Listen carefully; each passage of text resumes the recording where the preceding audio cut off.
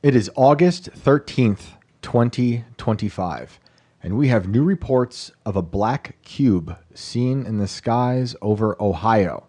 This is Inverted World Live.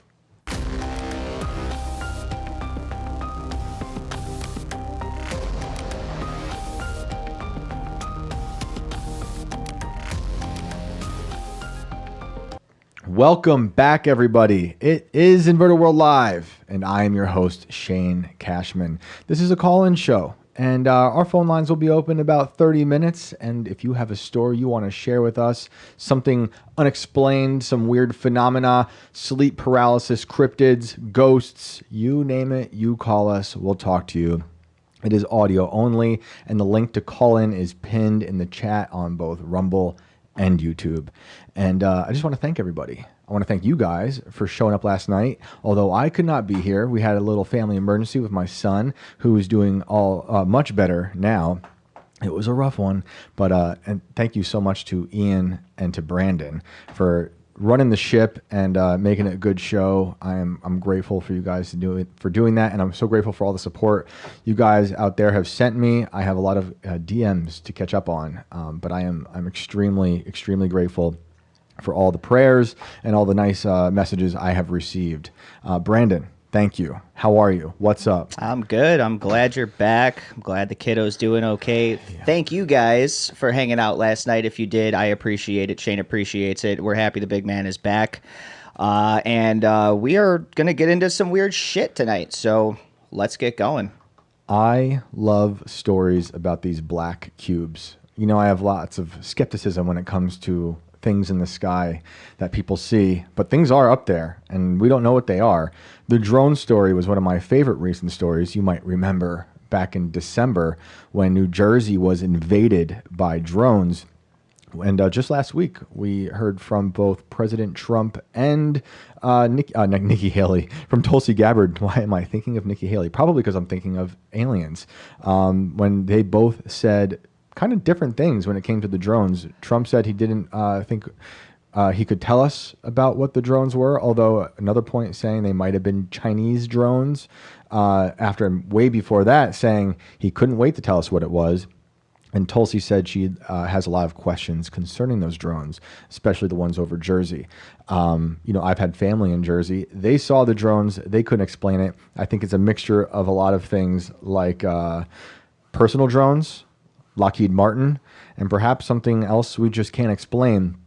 But I don't think the drones ever went away. I think the story sort of disappeared a little bit, although last week it was back in the news. But I think they're there, and I think they've been spotted in many places since December. And as we're going to get into, there were lots of drone sightings also in Ohio, and a lot of people across the country were seeing strange drones. I also think a lot of people were looking more than probably they are used to looking because of it dominating the news. It was our last episode of 2024 in this room with me and Alex, where we devoted most of the episode to talking about the New Jersey drones. I've told the story about my sisters in Jersey. They saw drones flying, or what they thought were drones. They don't know what it was, but it was flying over their apartment building. They've never had anything like that before. So you've probably seen lots of videos of what they say are drones. But now we have new information thanks to a FOIA request about what they thought were drone sightings in Ohio near the Wright Patterson Air Force Base, which might set off some alarms in some of you guys who are deep into the UFO lore, because of Wright Patterson is known for lots of alien, extraterrestrial UFO theories. Also, most notably, Wright Patterson Air Force Base was the headquarters for Project Blue Book, which was an early investigation into tens of thousands of sightings with J. Allen Hynek. I hope I'm saying that right. You know how I am with names, but he went in investigating. I believe he was a skeptic, and he later, as far as I could tell from what I've read, became a bit of a believer in the UFO phenomenon. So Wright Patterson is connected to a lot of things. There's also stories about, I believe it's Hangar 18, that they believe they had a lot of extraterrestrial bodies there, sort of like its own Roswell thing. out there in Ohio. But let's get into this news story from the Daily Mail and what's going on with the black cube. The black cube is fascinating to me just because it's I think, one of the last things you'd expect to see floating up there is just a big black cube. So this article Yep. is just a bunch of massive videos. I'm trying to find the actual article content here. Oh, okay. It's kind of like in It is. between I these know. like huge ass windows. This is how you know the Daily Mail might be failing, because it's ads. It's a mostly lot of ads. that we have. It's like a minefield of ads you have to go through to read the itty bitty paragraphs. So like we have this video here, which is absolutely massive and blown out. So it's the viewing quality, unfortunately, is shite.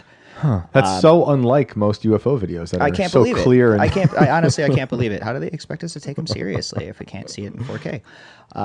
And then ads, picture of blob, and I think this is the article. So do you have this pulled up on your side? I can Okay. read it, but it is worth showing people that is what this looks like in terms of the black cube, the alleged black cube, but also the article in general.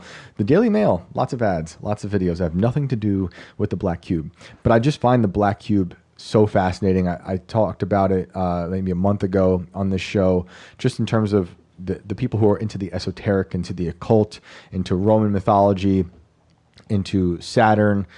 Saturn was first Kronos in Greek mythology. Kronos we talked about, I think, a week or two ago, because I talked about how it was on our cannibal episode, because Kronos is, the story goes, he ate his children. Fantastic. And then they escaped. But in like the esoteric world, I'm not as well versed in the Saturn black cube lore as others might be. You guys probably know more. But the black cube has then become this representation, this symbol of contained time. And because, so they say, Saturn was like the god of time, and a lot of other things. Like we talk about the Apophis, the Egyptian god, being the god of chaos. NASA did their whole thing where they launched rockets into the eclipse. They called it Apophis. So these symbols mean a lot to a lot of people. You can take it or leave it, but the black cube is fascinating, and how it shows up in different religions in different ways. In Judaism, in Islam, Mecca, they circle the black cube, and it's just there's so many different avenues to go down what the black cube means in terms of it's anti-human, some might say. It's this almost like a brutalist structure that contains something with all of the world inside of it. You can go down many different rabbit holes about that, but I just want you to think about that in that context as we get into this black cube story. Not to say I believe that people are actually seeing black cubes, not to mean that they're actually seeing extraterrestrials that have made black cubes, but the symbol of the black cube is fascinating, and it seems to be dominating now, maybe taking over the sphere. Some of these black cubes have been seen inside spheres, though. So let's get into it. This itty-bitty article about the black cube. A mysterious black cube has joined the chilling list of objects spotted hovering over the U.S. during last year's drone invasion. And this is nothing new, by the way. The idea of a cube being seen in the sky has been going on. And we're going to look at a few videos of these UFO whistleblowers talking about it, and also a new clip from the Anna Paulina Luna interview with Joe Rogan where she talks about a red cube. This has been going on for quite some time. But newly released government reports have revealed 5 incidents near Wright Patterson Air Force Base in Ohio that have never been disclosed since the swarms of UFOs were seen along the East Coast in late 2024. Along with several sightings of unidentified drones around the secretive Air Force Base in December 2024, federal officials now say a black cube-shaped craft was spotted by a nearby airplane less than 80 miles from Wright Patterson. And so like Wright Patterson and other Air Force bases, we should remember, we're also seeing a lot of drones at the same time as the Jersey drones. It wasn't just in Jersey. Witnesses of the strange object sent their claims to the Federal Aviation Administration, otherwise known as the FAA, on December 19th, describing how the cube was flying within 500 feet of the plane, which was soaring 16,000 feet above the ground. This would make it incredibly unlikely to be a commercial drone, since those types of devices fly only a few hundred feet above the ground. The FAA recorded this event in their Skywatch dataset, which tracks drone sightings near airports or in restricted airspace. However, when the FAA originally published this sighting in their publicly visible reports, they didn't include any mention of the object being a black cube. Thanks to a recent Freedom of Information Act, those are great. You should file them all the time. Hopefully they get back to you. Sometimes they don't get back, trust me. I know. It was revealed that this sighting and the other drone incidents near Wright Patterson led to a major security response, including temporarily closing off military airspace. So in this article, they're showing you the image we showed you earlier, this like blob square cube thing, newly released documents from the FAA. I'm just repeating it now. The new documents were released roughly 9 months after the first drone swarms were spotted over the East Coast in November 2024. Hundreds of sightings were made near military bases, residential neighborhoods, and even President Donald Trump's golf course in Bedminster, New Jersey, sparking fears of foreign adversaries spying on American citizens. Nothing new. After promising answers about the origin of these large, slow-moving objects once he took office, Trump said on January 28th the mysterious swarms were not the enemy and had been authorized to conduct research. Okay, that was January 28th. However, the new documents revealed that federal officials still don't believe what's being told to the public. The recently released reports showed that both air traffic controllers and the FAA were contacted by officials at Wright Patterson, but both agencies told the Air Force that there were no authorized aircraft operating in their airspace in December 2024. Just days before the black cube was spotted near Wright Patterson, 4 other incidents involving unknown aircraft were reported. On December 17th, 3 reports were made revealing how military personnel spotted multiple objects on the base's radar just after 12:40 a.m. Eastern Time. Base personnel who assumed the objects were more drones never saw the intruders with their own eyes, but alerted local police to search. It would have been cool to follow along on that search. Less than 20 minutes later, the situation exploded, with radar screens at Wright Patterson detecting between 7 and 17 UFOs moving within 40 miles of the base's airfield. This time, Wright Patterson security guards were able to visually confirm that the objects were drones swarming the base. The Air Force tracked the unmanned drones, but no other action was taken. So it goes on to say some of that and share some AI generated images of cubes. But it is interesting that they decided to not tell you about the black cube. I don't know if that means anything, perhaps just human error, but I don't know, the black cube is just such an interesting object to see in the sky. And they're saying that this commercial flight, 500 feet is pretty close to a commercial flight when you're talking about a black cube just floating in the sky. It's not allowed. not allowed? You can't be that close. It definitely can't be that close. That is against the rules. It is. Some could say maybe it was a solar balloon, not a weather balloon, because solar balloons could be darker. But at that height, they say, from what I've been reading, is that they changed their shape so much at that altitude that it wouldn't maintain this cube shape. One more bit from this article is the FOIA request by the Black Vault, which is a fascinating name to have when you find out that there's a black cube in the request. But it's a website dedicated to sharing declassified government documents. It has thrown Wright Patterson back into the spotlight as UFO conspiracy theorists and you on Inverted World Live have been focused on this facility for decades. It is an interesting facility. Underreported facility, honestly, in comparison to something like Area 51. In July 2025, the U.S. military was compelled to release never-before-seen video of 2 additional incidents over Wright Patterson on December 13th and December 16th of last year. Guards at the base recorded several craft flying slowly around the facility, including a group of 4 quadcopter drones with red and green lights in a tight diamond formation. How are they letting that happen at an Air Force base and you don't know? There is no such thing as letting it happen unless they're letting it happen. That's how I feel. Yeah, they're letting it happen. Oh, These I people know. just don't I know what to for a fact that you don't think that this was human error.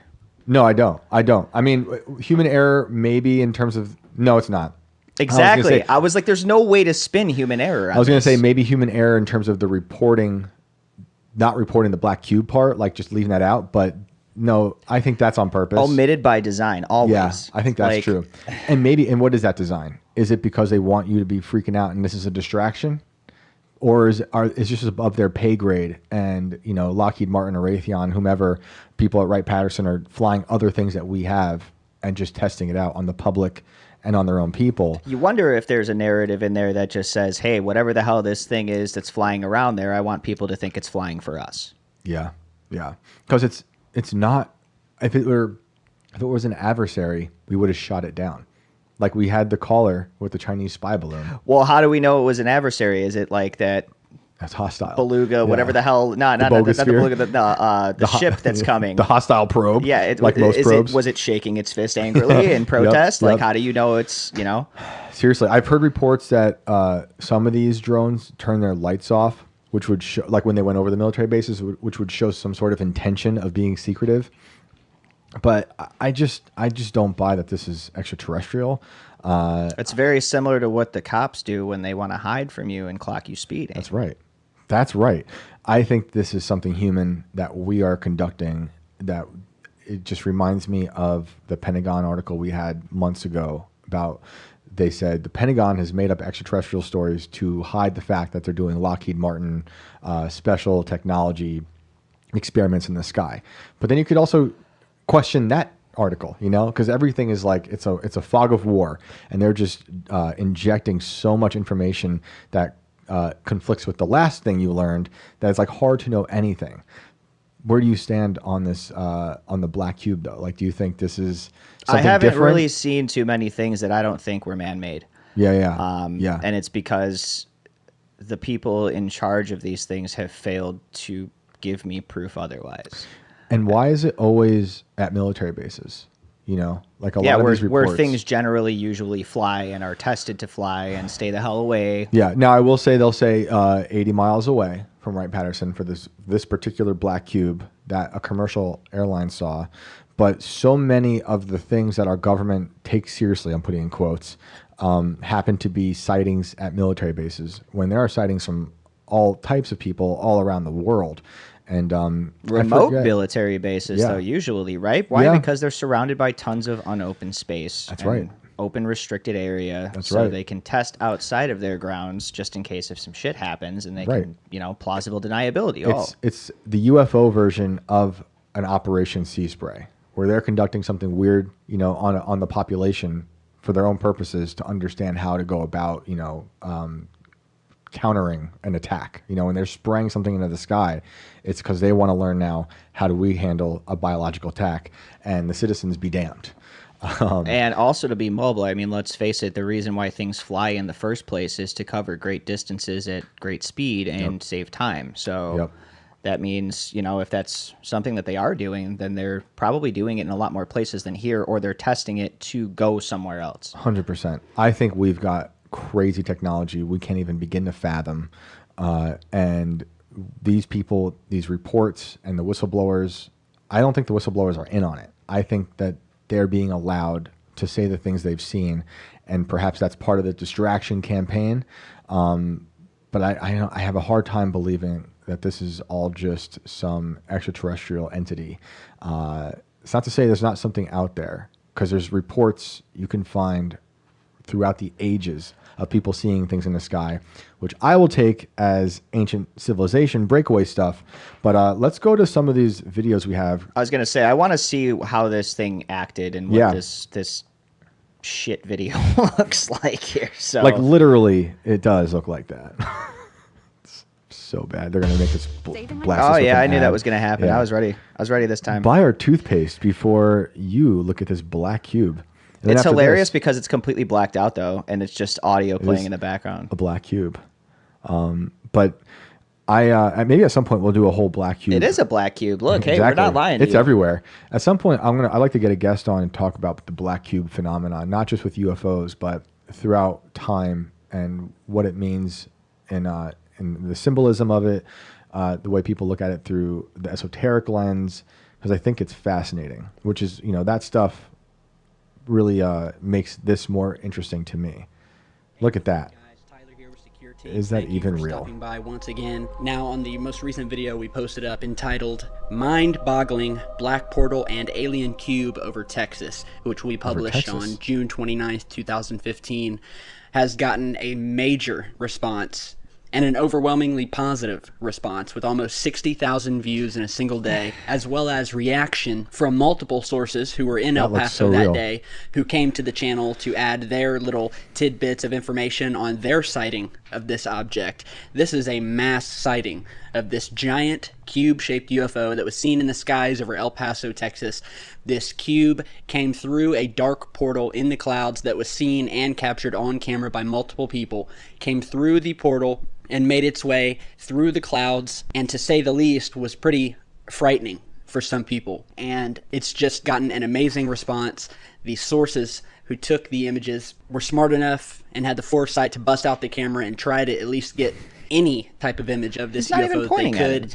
And they sent it in to a few UFO researchers, and we were one of the first to pick it up and get it out there because we saw the importance in this material and in this footage to get it out to you guys. Now, on the original video, one of the sources, a female who lives in El Paso, Texas, who caught an image, an up-close image of this cube up close. She zoomed in on the clouds once. All right, she hang saw on. the Just show me the damn video. mission. Like, I don't need all the About backstory. what you saw the other day with regards to this massive. This is a phone interview.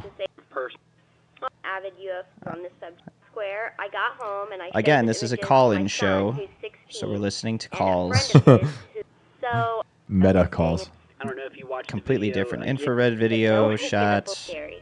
I bet it was. Wow. I just want to thank you so much for your. Yeah, thanks. You know, I also want to say I can't rule out the possibility of projections, of holograms, of them beaming images like this into the sky, which is something I totally think it happens, and they will try to pull off again, like a Project Bluebeam situation. So it could also be that, especially when it's things that are so close to certain like these commercial airlines. I don't know. Did that prove anything to you guys? No. So I'm gonna treat this now like we did with the orange blob that killed Epstein. And well, let's just speculate. What do you guys think it is? Do you think it's, a person, place, or a thing? What's the answer behind this? I'm gonna start accusing things of being this cube until I'm proven wrong. Yeah. Yeah. And I'm trying to find a decent picture of these. This is pretty good. So I would say it is either the mother boxes from the Justice League movie. I think you solved it. I think it's also possible that it was Ice Cube. Oh, man. You know what? He's trying to make... Wasn't he in that War of the Worlds remake recently? That people said was terrible? Maybe this is him trying to... I didn't actually watch it, so I honestly couldn't tell you one way or the other. I love Ice Cube, though. I do too. Shout out to West Side Connection. Dude's a badass. Yeah.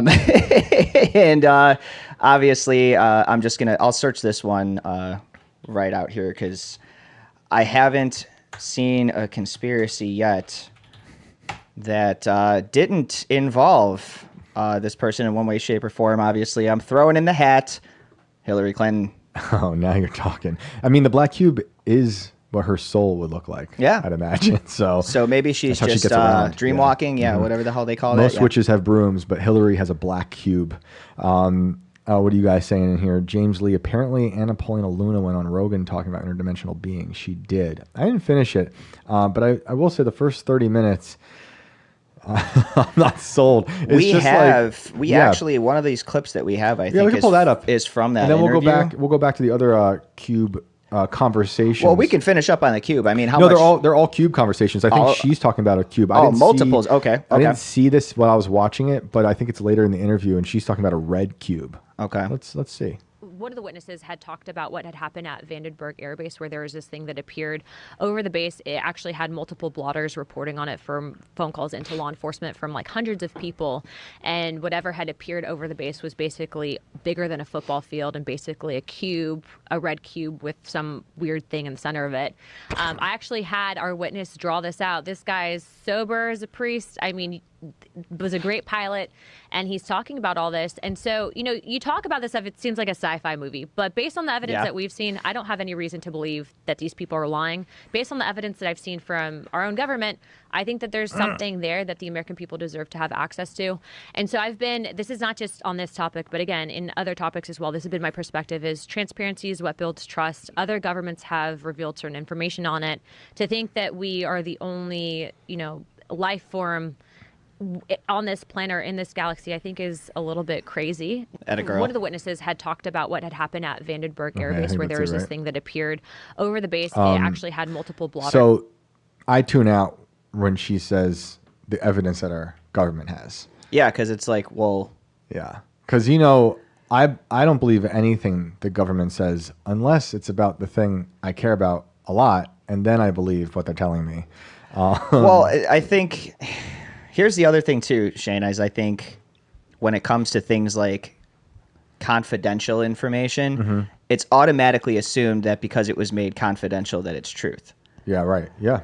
I can see why that would be the case, but it's still just information. Right. I mean, it takes the corroboration of multiple sources in order to prove anything. Yep. Right. So it's hard for me to say that everything that they declassify is the truth. And I would think that maybe there's a point that some of it isn't, because otherwise, why would they declassify in the first place? I would gather to say most of it's not true. And I think, and I actually really like the work she's been doing. I mean, who doesn't love a politician talking about interdimensional beings? It's like we got Alex Jones in Congress. Yeah, I was a big fan of this lady when she held that conference addressing the release of UFO information and stuff like that too. Yep, she's on the JFK committee. She takes it super seriously. She wants this information. She believes that we should have it, and I completely support that. So I'm all for this lady.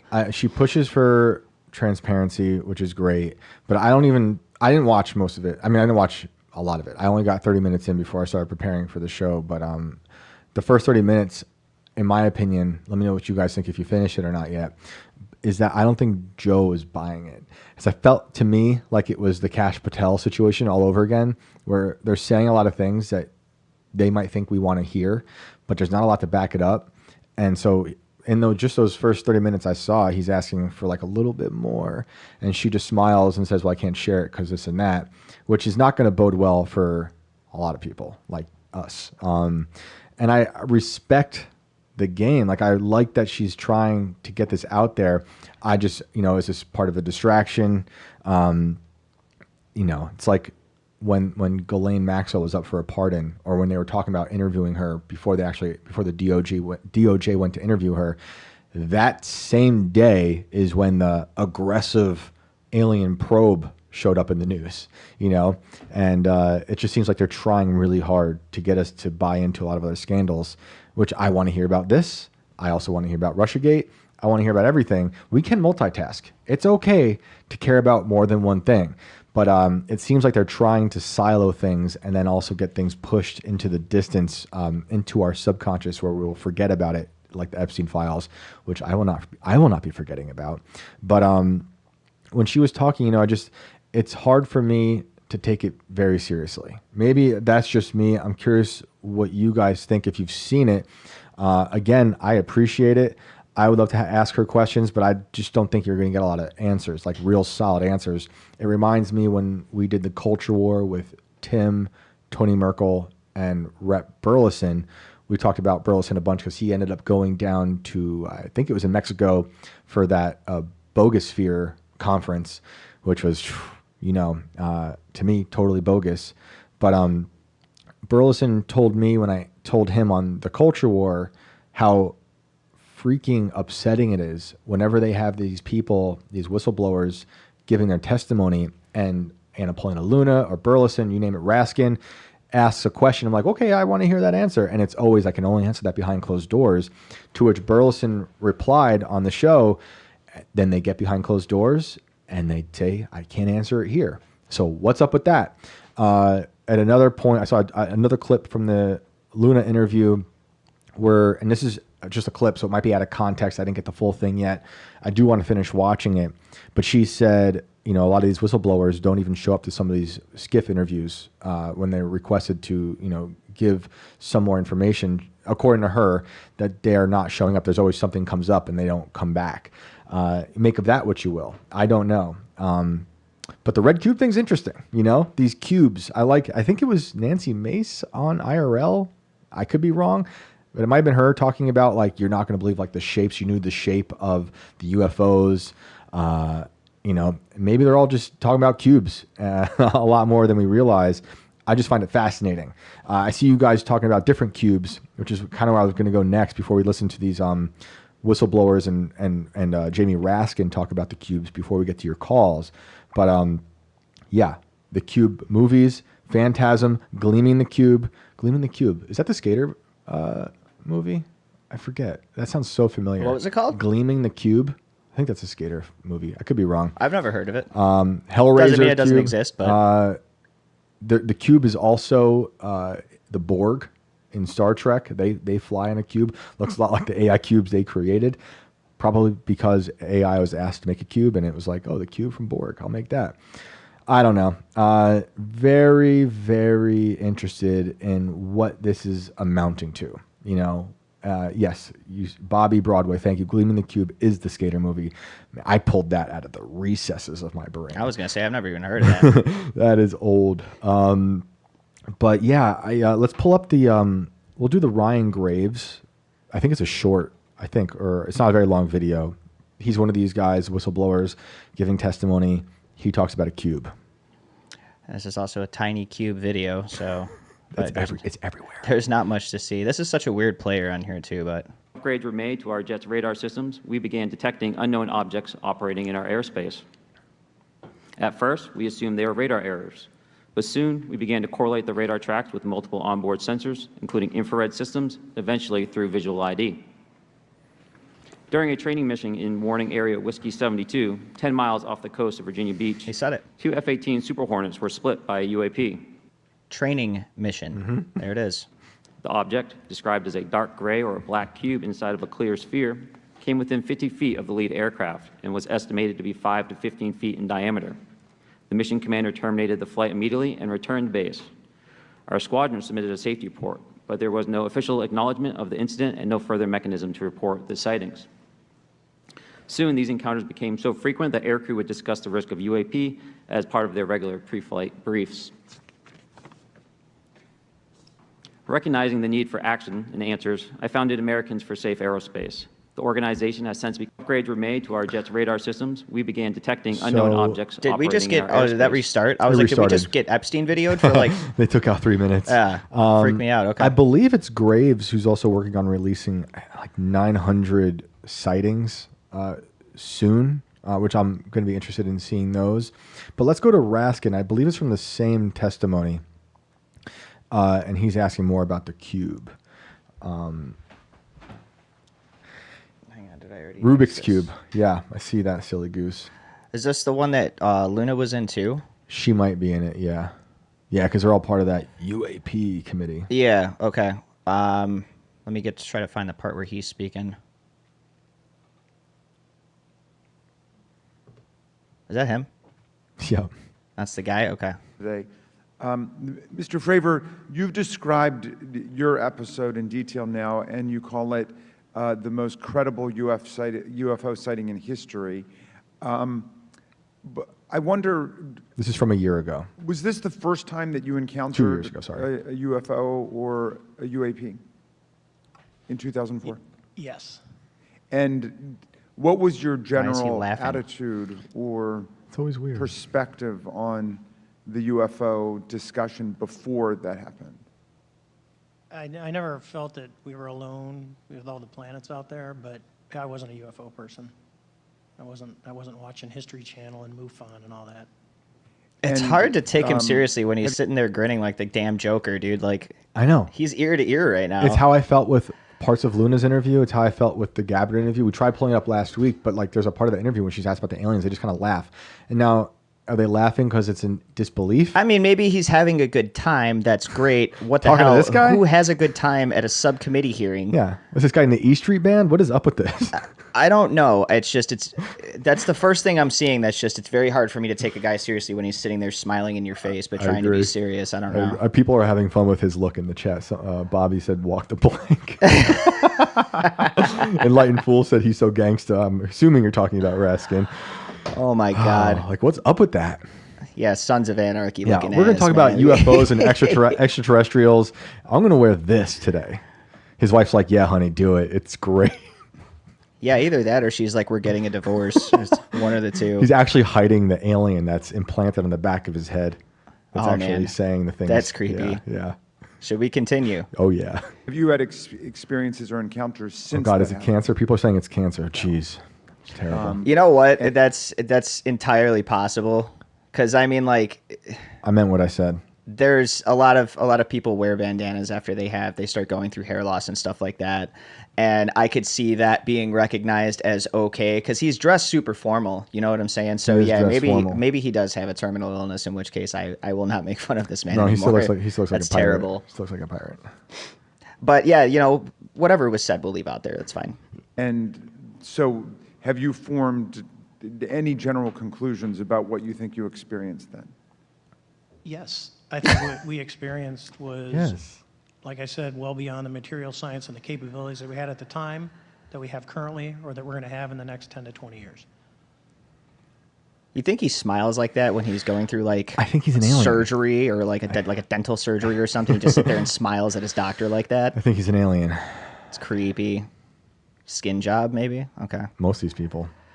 Very good. Mr. Grush, you've been able to answer in great detail on certain questions, and then other things you say you're not able to respond to. Can you just explain where you're drawing the line and what's the basis for that? Yeah, based on my DOPSR security review and what they've determined that is unclassified. Yeah, see, so that's what I mean. No, she didn't directly in the last video say that the stuff that she was talking about was classified, but when she refers to things that she's getting from our government that haven't been released to us, it's an assumption that you can make that this information has been deemed classified. I see. So you're answering any questions that just call upon your knowledge of unclassified questions, but anything that relates to classified matters you're not commenting on in this context. In an open session, but happy to participate in a closed session at the right level, yeah. Okay. And Mr. Graves, you've said that there are dozens of fellow pilots, military pilots. Are there also commercial pilots who've encountered There have to be. the same kind of sightings that you described before? They are similar. Commercial pilots have less range and less sensors to be able to reach out and look for objects over wide swaths of airspace. And so pilots are seeing them, commercial pilots are seeing them, and they're typically closer, and the range of what they're seeing is pretty large.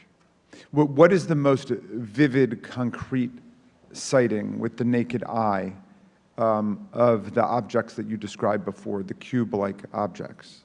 Certainly. I think the most vivid sighting of that would have been near midair that we had at the entrance to our working area. One of these objects was completely stationary at the exact entrance to our working areas, not only geographically but also at altitude. So it was right where all the jets are going, essentially, on the eastern seaboard. The two aircraft flew within about 50 feet of the object, and that was a very close visual sighting. It's really close. And you were in one of the aircraft? I was not. I was there when the pilot landed. He canceled the mission after, and I was there. He was in the ready room with all his gear on, with his mouth open, and I asked him what the problem was, and he said he almost hit one of those darn things. He said he was 50 feet away from it? Yes, sir. I don't think he said I almost hit one of those darn things. He kind of like almost half redacted his words while he was saying them there. I think that dude was like, I almost hit one of those fucking pieces of shit. What are you guys doing out there? I And agree. his description of the object was consistent with the description you gave us before? A dark gray or a black cube inside of a clear sphere. Inside of a clear sphere? Yes. And with no self-evident propulsion system? No wings, no IR energy So- coming off of the vehicle.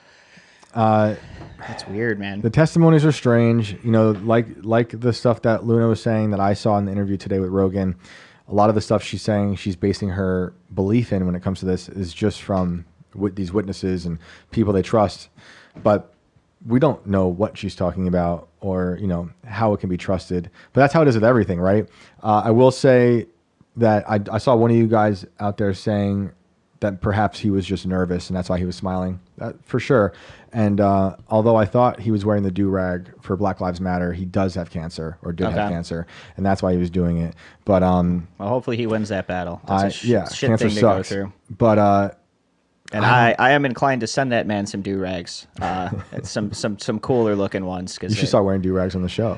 I could just switch to do-rags. I could totally do that. So I could Chicago? put one underneath the hat and leave it kind of sitting on top too. Maybe that's a thing we'll do. I like it.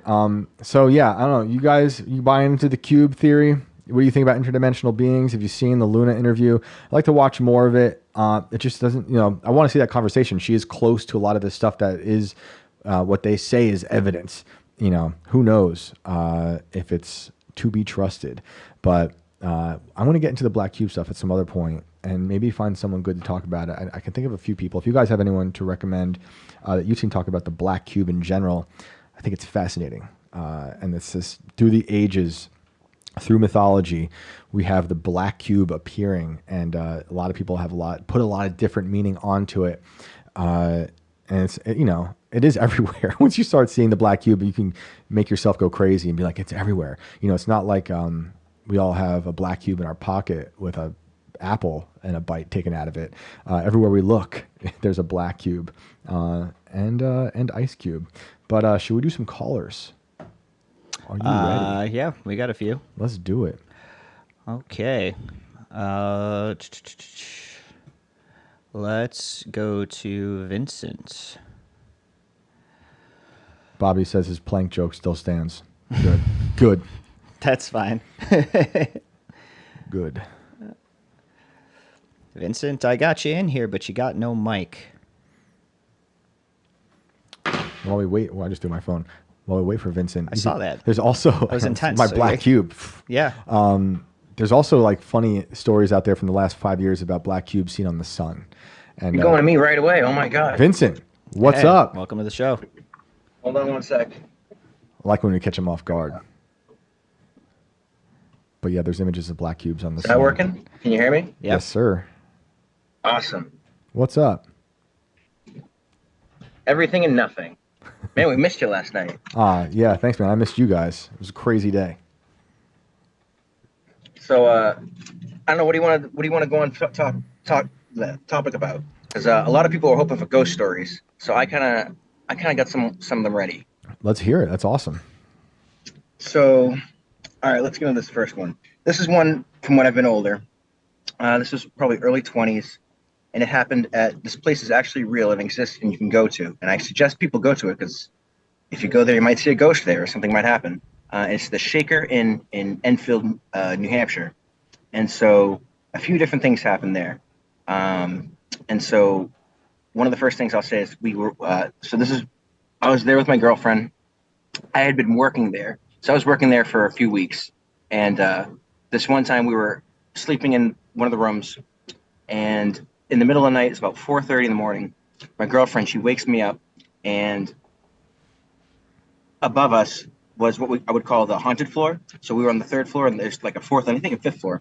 And I can get into some other stories, but with my personal story, with this, we woke up, and and we both were hearing this kind of like, if you can hear like what I'm going to do on the desk here, this scraping kind of motion, almost as if someone was just kind of scraping their feet across the floor, like.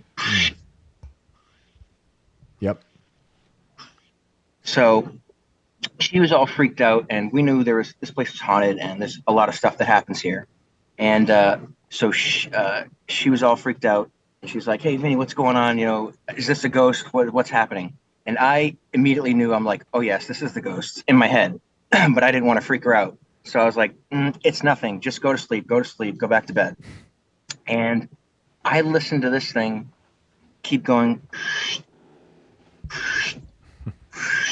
above my head for like a half hour or 40 minutes or so until it eventually stopped. And then I went back to sleep. And I woke up in the morning and I told her, I was like, "Hey, that was the ghosts. I didn't want to freak you out." And she's like, "Okay." And we went up there to that, that more haunted floor of this place at the Shaker Inn, and just to look around and see like what was going on. Was anything out of the ordinary? And it's mostly an empty room. Her and her mother, her mother was like owned it at the time, and or was leasing it at the time. And there's just some boxes and whatever up there. So it was almost as if someone was taking one of those boxes and maybe just moving it around, but nobody was up there. And even, this is the interesting thing, even with the ceiling and everything, it almost, thinking back on the event, it doesn't make sense that loud of a noise would even be coming through from the ceiling. So it was kind of just, it's just very odd and creepy. And for a place that's known for a lot of haunted things happening there, that was certainly one of them that I experienced. That's a weird one. What was, did you look in the boxes? Yeah, it was just their personal stuff. Mm-hmm. Sorry, it was just their personal stuff. So like, it was, very innocuous stuff. Mm-hmm. But there is, that level is, how can I put it? There wasn't really, it wasn't made out for like a hotel or an inn up there. It's got like, so that place used to be a school, and there's other stuff that was going on there. So the Shakers were a Christian group. And so this guy who started it his name was Caleb Dwyer, who was actually shot on the front steps there. The story goes because, again, he had this school there. Children would go, the parents would send their children there to this kind of boarding school, mm-hmm. and they would, be taught a particular kind of religious education. Well, one of these fathers, he didn't like the religious education that his children were receiving, and Caleb didn't want to give him the guy his children back when he was like, hey, give him my kids back. And so he was up there, and Caleb was like, no, I'm not going to give you the kids back, and he got shot on the front steps. Wow. So it's there's probably been, a lot of death over time in that place, just naturally or unnaturally, as it were, over time. Right. And were there stories of like his ghost or anything like that? Yes, people say when they drive by, people say they see there's a bell tower up there. So people will say they see somebody in the bell tower, like a shadow figure in the bell tower. Mm-hmm. There probably are reports of people seeing ghosts, or a ghost of Caleb up on the front steps, from what I can recall. But even inside, you just it can give you the creeps. Like there's, especially if you're like we were, especially working there, you're out late at night.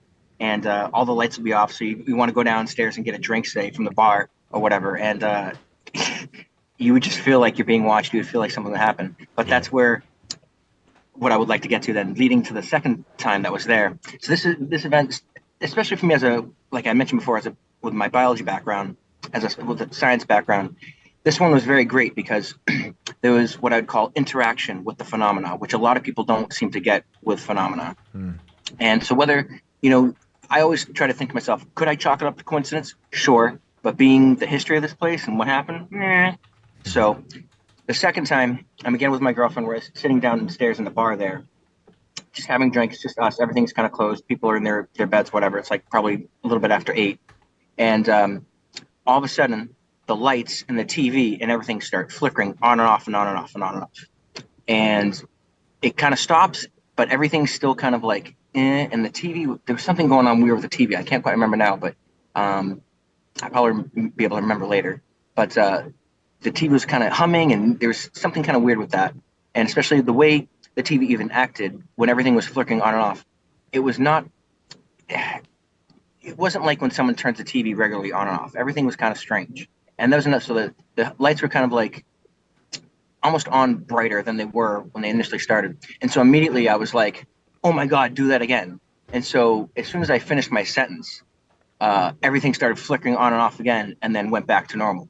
And so, my girlfriend at the time, she's looking at me kind of a little freaked out, but also like, we were like, oh my God, this is really cool. Like this was like, especially like me with having the presence of thought to say like, hey, can you do this again right away? Like, come on, do it again. And for it to happen again too, almost on command in that regard.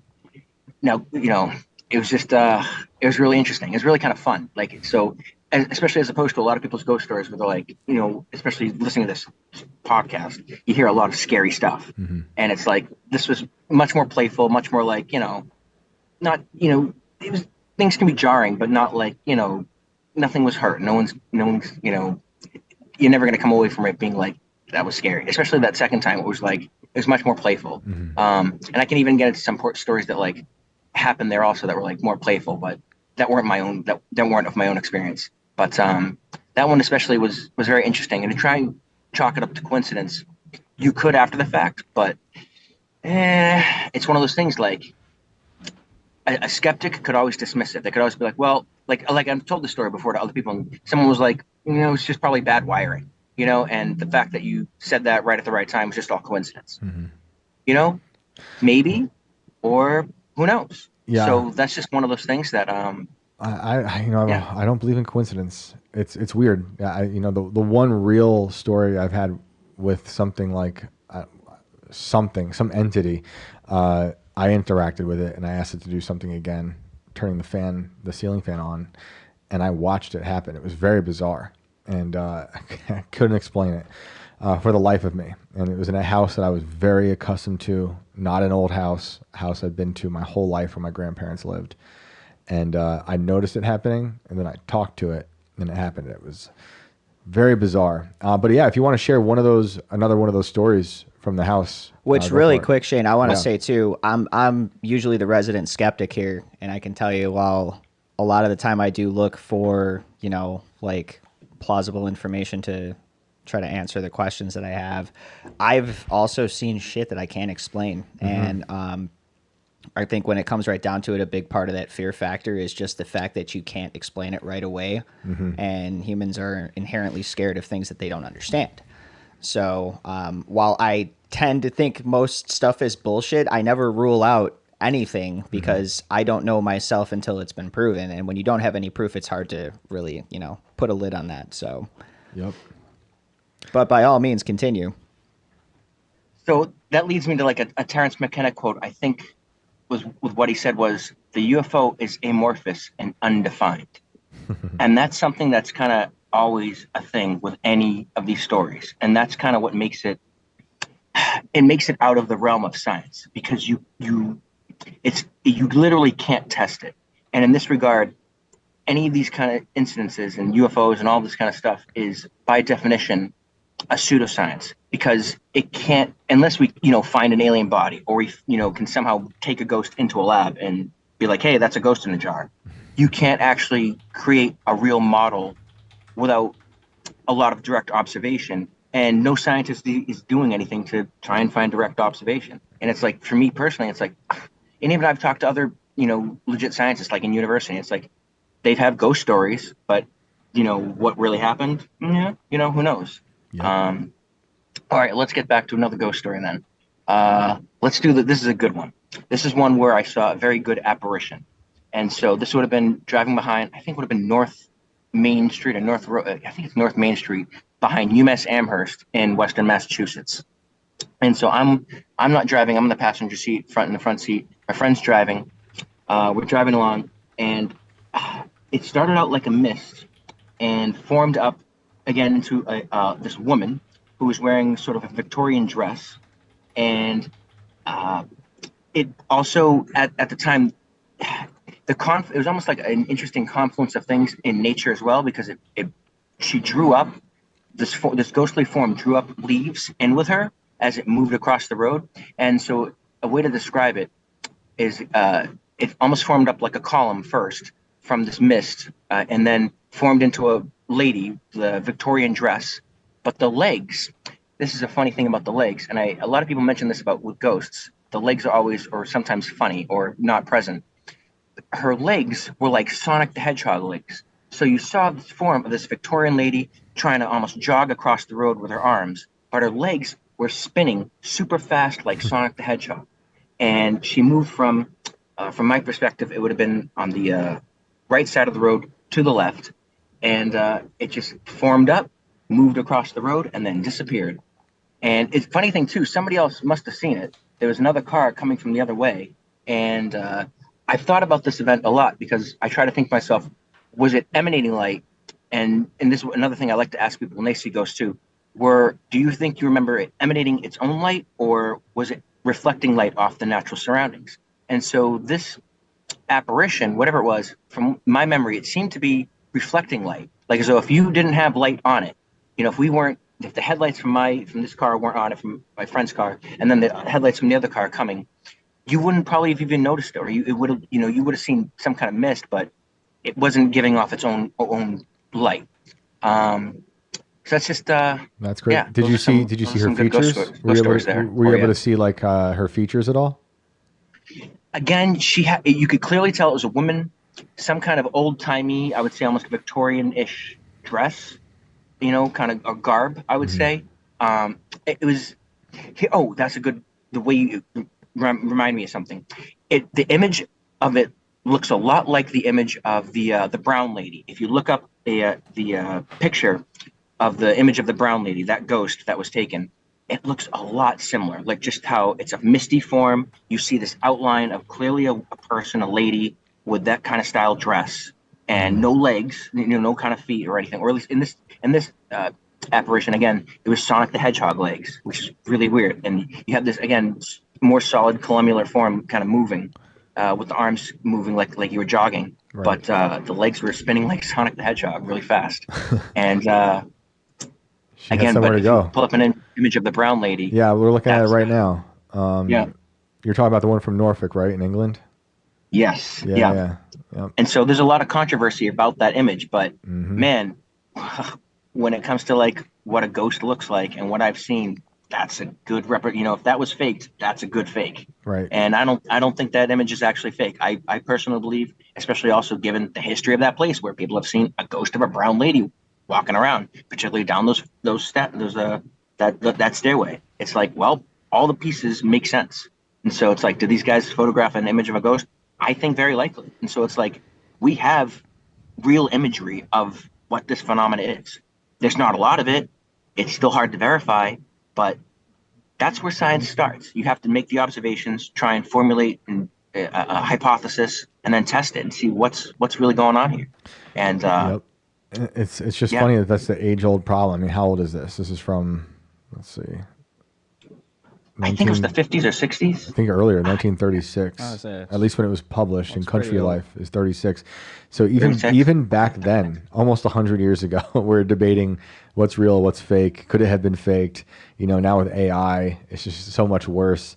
But that doesn't mean that these things aren't seen. There's so much fake stuff out there, and people take advantage of it. And people who really believe without questioning anything take all this, as gospel. But I think some of this stuff is real and some of this stuff is fake. There's only one way we're ever going to know, Shane. Go in the basement? Well, according to Mary, there's nothing wrong with the basement. It's the only place in our house that isn't haunted. What does she know? But shots fired. What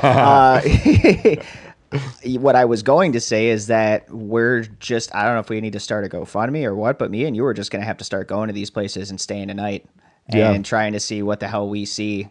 Because that's the only way I'm ever going to believe this shit is if I can physically see it with my own eyes. I don't know if I see it, I'm going to believe it. That's the problem. I'm so suspicious of myself. I'll you know me. I'll run at it and swing at it and see if it's tangible or if it's just somebody and like damn meddling kids. Three now. We know Brandon will chase Bigfoot. He will kick the bogosphere. Annabelle crack doll. It open. You'll get the Annabelle. You'll kick the Annabelle doll. I'll hit the bogosphere with a baseball bat. I'll smack it with a Louisville Slugger. And you'll chase the ghosts. I'm down. I would love to go do this stuff. I'm always like, it's always Scooby-Doo to me. Mm-hmm. It's always just a person. That's why I was like, hey, you meddling kids. Yeah, I feel like there's a mask to be pulled off of some people here, and we can start uncovering the truth. But that's not to say people don't have these crazy experiences like the caller we got right now, and like my own. Like there was no way of explaining what I went through. Maybe it's just a faulty wiring that just happened to line up like 4 or 5 times with every time I spoke to it. It was weird, but man, thank you for calling in and sharing those stories. Yeah.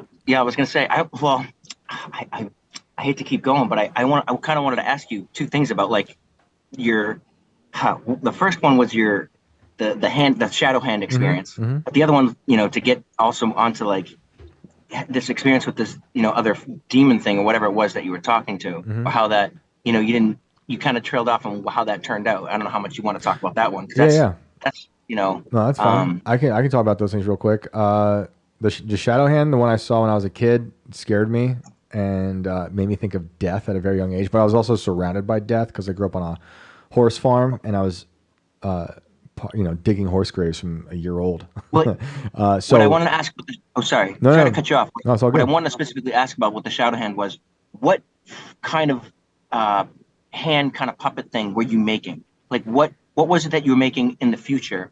And then what do you remember that it was in the past? Because you said it was the same. What was the actual shape? Was it like some kind of bat shape? Was it like a It was the I'm same. trying to imagine in my head what it was actually that you saw, like what you were making. So what I saw as a kid was just a straight up hand, a shadow of a hand, like a person, a human hand in the corner of where the wall meets the ceiling above the door to the room. And then I was making like very bad shadow hand puppets, like a rabbit, or a dog. But my hand was also just normal, so I didn't even think about it until I saw just my hand as a shadow in the exact same space, where I was like immediately transported back to my childhood, and it's like, oh wow, that is exactly what I saw as a kid. So it was You're just making it with your camera phone, with the light on your camera phone. Yep. Yeah, that's interesting. And so the thing I experienced in my grandma and my grandparents' house at the time, this is before I had any faith, and so I wasn't even thinking about it in a spiritual sense, other than I thought it was a ghost. I thought it was my grandfather. But I really don't know. My interpretation at the time was that it was my grandfather saying, I'm here and things are cool. Your grandma will be fine. It was my last day there. I spent an extra week with her. She was old. She was frail. And I took it as a sign like that. But in retrospect, I really don't know. It could have been something else. It could have been a demon, for all I know. I was not scared in that at the time it was happening. It was very nonchalant. Having grown up in the old house, my parents are always nonchalant about a ghost in the house, because there was a whole thing with the kid who was killed in that house in 1979. So it was just like a thing growing up in that house, where it was like I never really was too scared of stuff like that, and I wasn't in the moment with what was happening at my grandparents' house. I woke up super early. I went to sit in the living room, and all of a sudden the ceiling fan was clicking on. I could hear the clicking on the buttons to make it go, medium, low, medium, high, and that was weird. And then I started talking to the fan, and I just assumed it was my grandfather, but I really don't know. But I would say the fan clicked on and started moving on its own. The fan, yeah, and I would say, like, I forget exactly what I said, but basically like make it go faster, and it clicked and it went faster. I was totally sober, had not been drinking. I stopped smoking weed many, many, many years before that. Stone sober. I'd slept, all night up until, I don't know what it was. It was before the sunrise. I want to say like 3 or 4 in the morning. And the fan just did that for a while. And then it stopped, and that was it. And I didn't tell any. I don't think I told my grandma. I didn't want to like freak her out or anything. Even though at the time I wasn't freaked out, and I thought it was a good thing. But I really, in retrospect, I don't know. If it was good or bad. If I was trying to be tricked. But whatever it was, I can't explain it. It was undeniable. It was super bizarre that I was interacting with the fan. Maybe it was something else. Maybe it was good. I don't know. But I didn't feel any like fear as it was happening. I think things can be sometimes playful, and I've had, like other people seem to have had, times when things have been scary that were a lot more, dread-inducing, but still coming out like okay. And then other times, again, phenomena that's playful, shocking. Almost your deer in headlights, like probably like you were like, hey, just you didn't want this to stop, so you're just gonna be there and trying to interact with it, but nothing out of the really scary.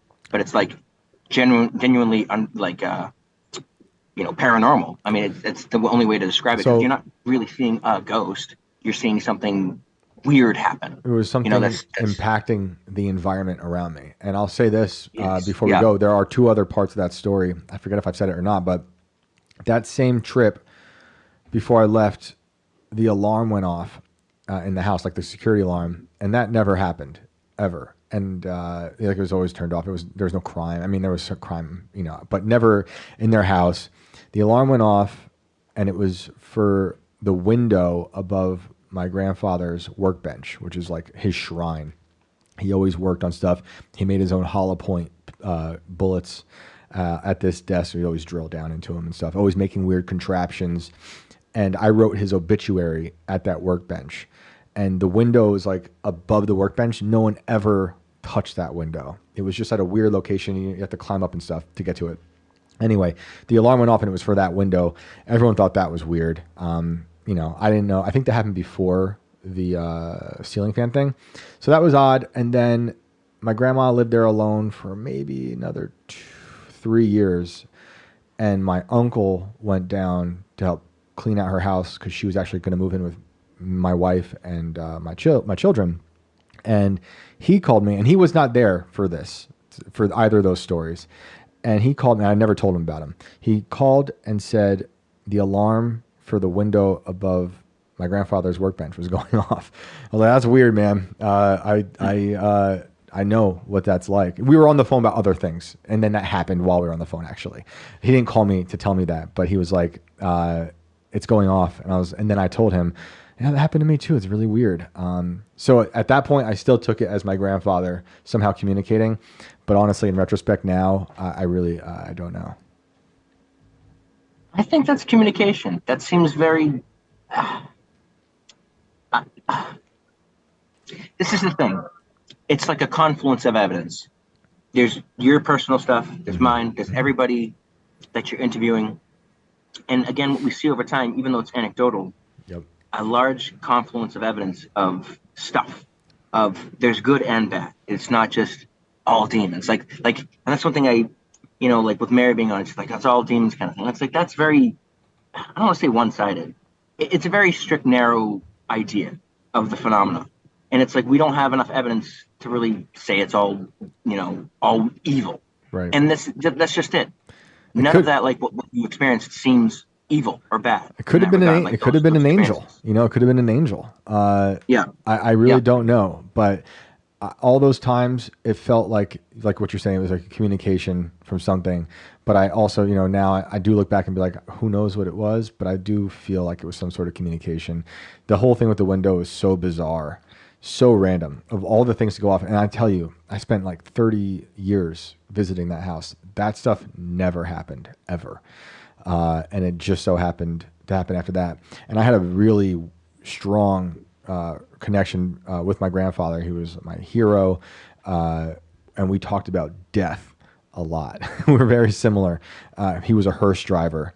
And we shared a very dark sense of humor. It's probably where I get it from him.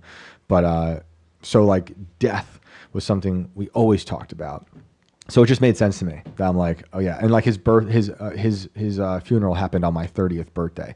A lot of weird things there. So in that 30th birthday is when that week is happening. My 30th birthday, when I'm seeing the ceiling fan and all that stuff. So good times. Really? Yeah. Dude, that's not a coincidence. No, it was crazy times. It was crazy times.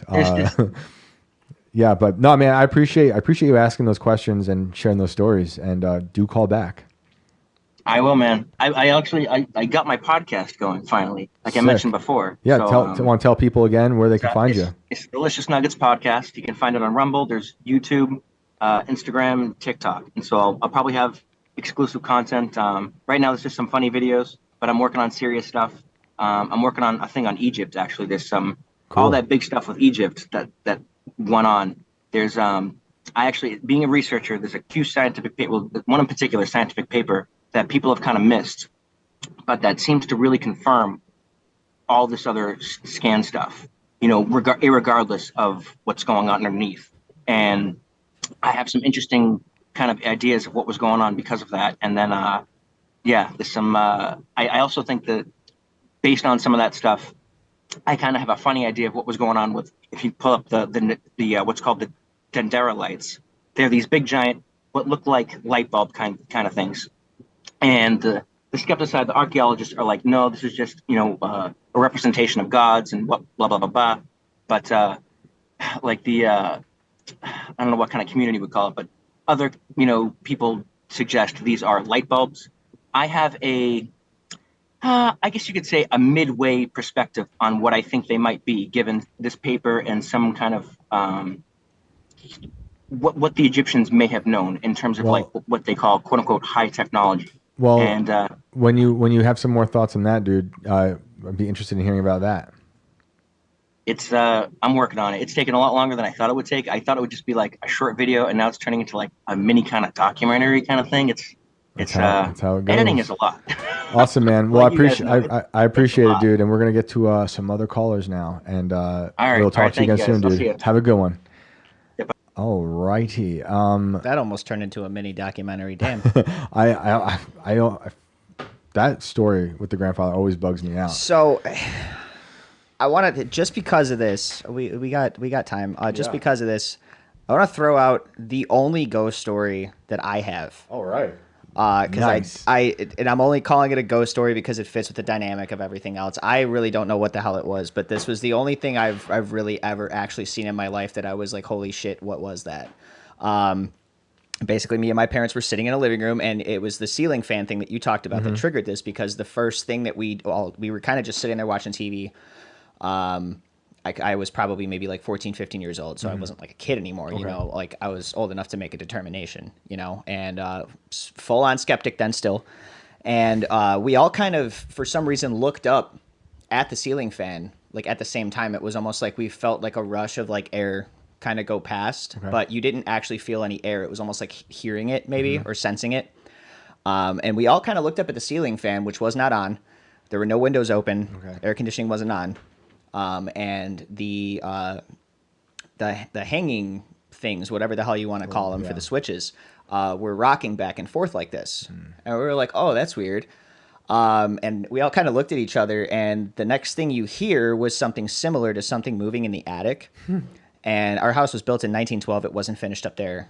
You could walk up there and go through the ceiling and, you know, land in the living room. It was just, you know, open. And there were a couple places we had thrown, you know, kind of like plywood up there so you could kind of walk. And the noise that we heard, these old like rickety steps, super steep in there, they were as old as the house. It sounded like a 50, 60 pound box was falling down the stairs all of a sudden. It was like boom. And we all kind of looked like, what the hell was that? And I assumed it literally like a box or something, you know, fell down the staircase. We opened the door, there was nothing there. And I was like, okay, I'm good on that shit. Whatever that was, I'm good. My parents thought that house was haunted. After that point. Yeah. Whoa. And I remember them saying other stuff that they seen too. That was the only thing that I witnessed that I was like, okay, that's fucking weird. Yeah, that's weird. But and nothing else like that again for you? No, that's the only thing I've ever actually physically witnessed that I could not really explain, which is part of my, you know, skeptic background. Were any windows open for a draft? No. And that's the thing is there's one window that's up in this attic in the front of it. And obviously air pressure works in like a tunnel effect where you have to have an opening on the other side for air pressure to come through, right? Yep. So the door downstairs is closed. The window upstairs is closed. And that was the first thing we checked too. I'm like, was the window open? Did like something blow down the stairs? No. There was no draft or anything coming through there. That's so weird. I really honestly to this day don't know what the hell that was. How long were you living in the house at that point? Probably a couple years. We were only there for like 4 or 5 years before we got the hell out of there and went to the suburbs because the south side of Chicago is just a huge pain in the ass. But we were there for, I want to say probably like 2 or 3 years at that point. So not like a new family moving in. No. And the ghost is upset. No, and we had found weird stuff up there before, like locks of hair and shit like that. That Nice. it was That's just like like, this is house. there somebody buried in our house? You know, did you somebody never get know. murdered here? You know, that was always the joke. And There might be a body in this house somewhere, honestly. I wouldn't be surprised, probably like in the walls. Remember I told you about the teeth I found upstairs? You found teeth upstairs? Human teeth. I don't remember this. Did you tell me this? I might have, but it was a while back, and it was before we did any renovations to Who this just place. leaves their teeth somewhere? And this was like when we did the video for Tim that Nancy and I did. And so this house was decrepit. And I was upstairs looking, just wandering around, and I found a little box, like a pill box with human teeth inside. Oh, that's a dentist thing. Okay. I had one of those too, and they pulled It might like have 4 of been. my teeth for braces when I Or a was a serial kid. killer. Or a serial killer. Who was just collecting trophies. them and keeping them? That's The other thing was super there was the creepy to old think about. closets up there, and they were all scratched up by some animal. Now Carter's up there making music. Maybe it was Carter. Scratching the walls, counting the days until he gets out of here. Help me. All right, let's get back on the phone. Let's grab somebody who's been here. Let's go to Zach. Michael said we need disposable homes. China's making those right now. Yeah, there were a couple of funny comments in chat while that guy was on the phone that I just was like, I was really trying not to laugh. You guys are killing me though. Zach, you're on the show. What's up? Yo, can you guys hear me? We can. Excuse me. Nice. I didn't think I was going to get you guys an answer tonight. We got you. What's up, man? Nice. So I got my headphones in, so hopefully it's not too much background noise. That's not too bad. You should be good. All right. I'm probably your only listener, maybe out here in Wyoming. So sick. Yeah, out in the middle of nowhere. Our Chinese spy balloon guy was originally from out there, I think. I don't know if he was born there, but yeah. So that guy was from Billings, Montana. Yeah. Which is about an hour and 20 minutes from the northern border of Wyoming. So they're at the southern border of Montana. Cool. I'm at the northern border of Wyoming. Okay. I want to visit. Wyoming. He Sounds called last awesome. night, actually. Oh, for real? Oh, that's awesome. So I have a terrifying Ouija board story. And then I have one cool God story that I'd like to share that kind of went with maybe the thing we were talking about with the hand. It's not necessarily a visual thing, but let's hear it. Yeah. Anyway, so I'll start with the creepy one. When I was, this had to have been 2011, right? I went and met up with there was 3 women and 1 guy. I don't remember the guy. I want to say his name was Mike. These girls wanted to mess with this Ouija board, and I was young and dumb and have done dumb stuff like that before. Was kind of into ghosts. Me and my sister always thought that was cool. I mean, just weird. My dad had a rental that was kind of haunted. We saw and we'd play around. You know what I mean? Just always thought it was weird. My mom said she's seen stuff. Whatever. So we go out. We take this Ouija board and we go to this town that was an old mine town, right? And the mining town was maybe, I don't know, it had been abandoned, okay? So all that was there was some left structures. This is, I don't know, maybe in the 1800s, early 1900s, it got abandoned. There's a bunch of that stuff around Wyoming, whether it's old coal mining towns, whether it's not necessarily gold, but I don't know if that's familiar with you guys or not. But so we take this Ouija board and we're in the car and we park next to this grave.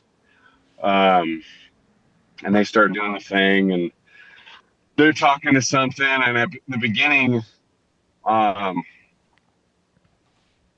they say, I don't know, it's going to take me to remember. This is a while ago. So for one reason, they're talking to a kid or something, right? They ask it if it was a kid, it was a little kid, whatever. Died in whatever. And I'm like, this is fucking weird, okay? So there's this other thing that keeps trying to push the kid out, it seems like, right? Mm-hmm. And it's like, where'd the kid go? And it's a weird bunch of emotions. And this one thing says that it's a demon. We asked it, are you a demon? It says yes. So it spells a name. We asked it its name. We got freaked out. We left. We went back to our main town. By that time, we're not freaked out anymore, okay? And we go to this house. We park outside of this house where supposedly the lure is the people that died in that house. The father killed the family and himself, right? No, I mean, abandoned. It was old brick house, corner lot. It's weird. So we start trying to do that outside in the car. And this other thing keeps pushing in. And it says it followed us from the graveyard. Okay? I'm getting fucking chills thinking about this. So it follows us. We're immediately terrified. Now, mind you, we're in Wyoming, okay? That 20-mile drive, there's farms. There's back roads, there's dirt roads, there's nothing. It's not a city drive. You're not driving in the suburbs to get to another city. There's nothing. Okay. So we drive back to the house. I'm scared. I'm like, take me the fuck home. We're driving past. They lived a couple blocks from the police station. And I shit you not, a bird flies out, falls out, whatever you want to say, and it hits the side of the car. And I look back and I seen the bird dead. It's in the road, and everybody's screaming. And I get in my car. We get back to the house. I get in my car and I leave. Okay. And this is we're probably like 2 a.m. now. Then I get home and my mom's asleep, and I'm like trying to tell her, I'm waking her up. I'm like, hey, I need somebody to stay up with me because I can't. I'm terrified, right? And I try and go to sleep. She doesn't really wake up. Anyways, like half an hour goes by, and these girls call me, and they say, hey, I'm trying to think of, I don't really want to use their names. One of the girls is a girl that I went to elementary school with. I've known these girls, you know what I mean? Mm-hmm. We're not in a big city, but once again, everybody knows everybody, okay? 5,000 people, that's how big the town was. So this girl calls me, it's her truck. She says, hey, I'm taking Kim home. She's freaking out. I need your help. And this girl's hysterically crying. She keeps counting numbers, and it's fucking freaking me out. And I'm like, dude, don't fucking call me. And she's like crying. She says, the lights on my truck keep shutting on and off. I don't know what to do. And I'm like, dude, I don't really know. Don't talk to me, right? I go back in the house. My mom just finally wakes up, and I tell her, and she kind of stays up with me and whatever. I'm like, this shook me, right? So about 1.5 years go by. I moved to a different town. And I still live in the town that I moved to, okay? So I don't talk to too many people from home, mm-hmm. But this is probably a year later, 2012. I'm like, whatever happened to so-and-so? You know, I'm talking to my sister. Hey, what about my friends here? Blah, blah, blah. They're like, oh, yeah, that girl tried to kill herself, and she lived through it. And I was like, oh, my God. And it was weird to me because I was like, that's weird. Why would she ever do that? You know what I mean? Mm-hmm. And I didn't like correlate the two until afterwards, till I started thinking of this possession Ouija board story thing, if you want to call it that. Right. And so I've told my wife this a couple of times, and she's like, you're crazy. I'm also like a person that I don't know if like that thing attached itself to me and that woman, how that worked. But I mean, I've always had a hard time sleeping, right? And like I'm one of those people, and they, you know, this is whatever, here nor there, but I wake up at 3:00 every morning or midnight. I don't know if you guys are familiar with stuff like that, but like some people are like, oh yeah, 3:00 is a witching hour, whatever. So I don't know. I know what it spelled, and I tried. Here's another crazy story. So like 3 weeks ago, I was going to call you guys, right? I was listening to you guys at work. I brought up Chat GPT, and I looked up this name that it spelled, right? And it didn't really bring up anything. It's not like a demon's name in the Bible. It's not anything like crazy, right? Anyways, I work at a car dealership as a mechanic. And I'm late. I'm staying there late. We're about 2 hours behind you guys, I think, or an hour. Mm-hmm. Anyways, and I look back, and there's a car across the shop, and the lights are on and then off. And I was like, that's fucking weird. This new electrical stuff, it could be weird, right? So I go, and I'm like, that's weird. And I go and make sure the key's off or whatever. my boss is leaving, and he's like, "Oh, hey, you're still here? Yeah, yeah." And he looks at me and he goes, "Are you working on that?" And I said, "No, I don't. The lights just came on. It was weird."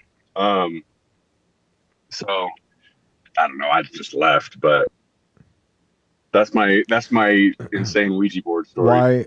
Why do you think it might be attached to you? Have you noticed, like, other than the waking up at 3 o'clock all the time, are there other differences? No, not really. I've just always. I wouldn't say that it's attached to me. Maybe it just shook me so much that it terrifies me. Yeah. But at the same time, it interests me in that I was born in October. So like every time my birthday comes around, I'm like, let's go to a scary movie, blah, blah, blah, you know? Mm-hmm. But I like get terrified of some of them. You know what I mean?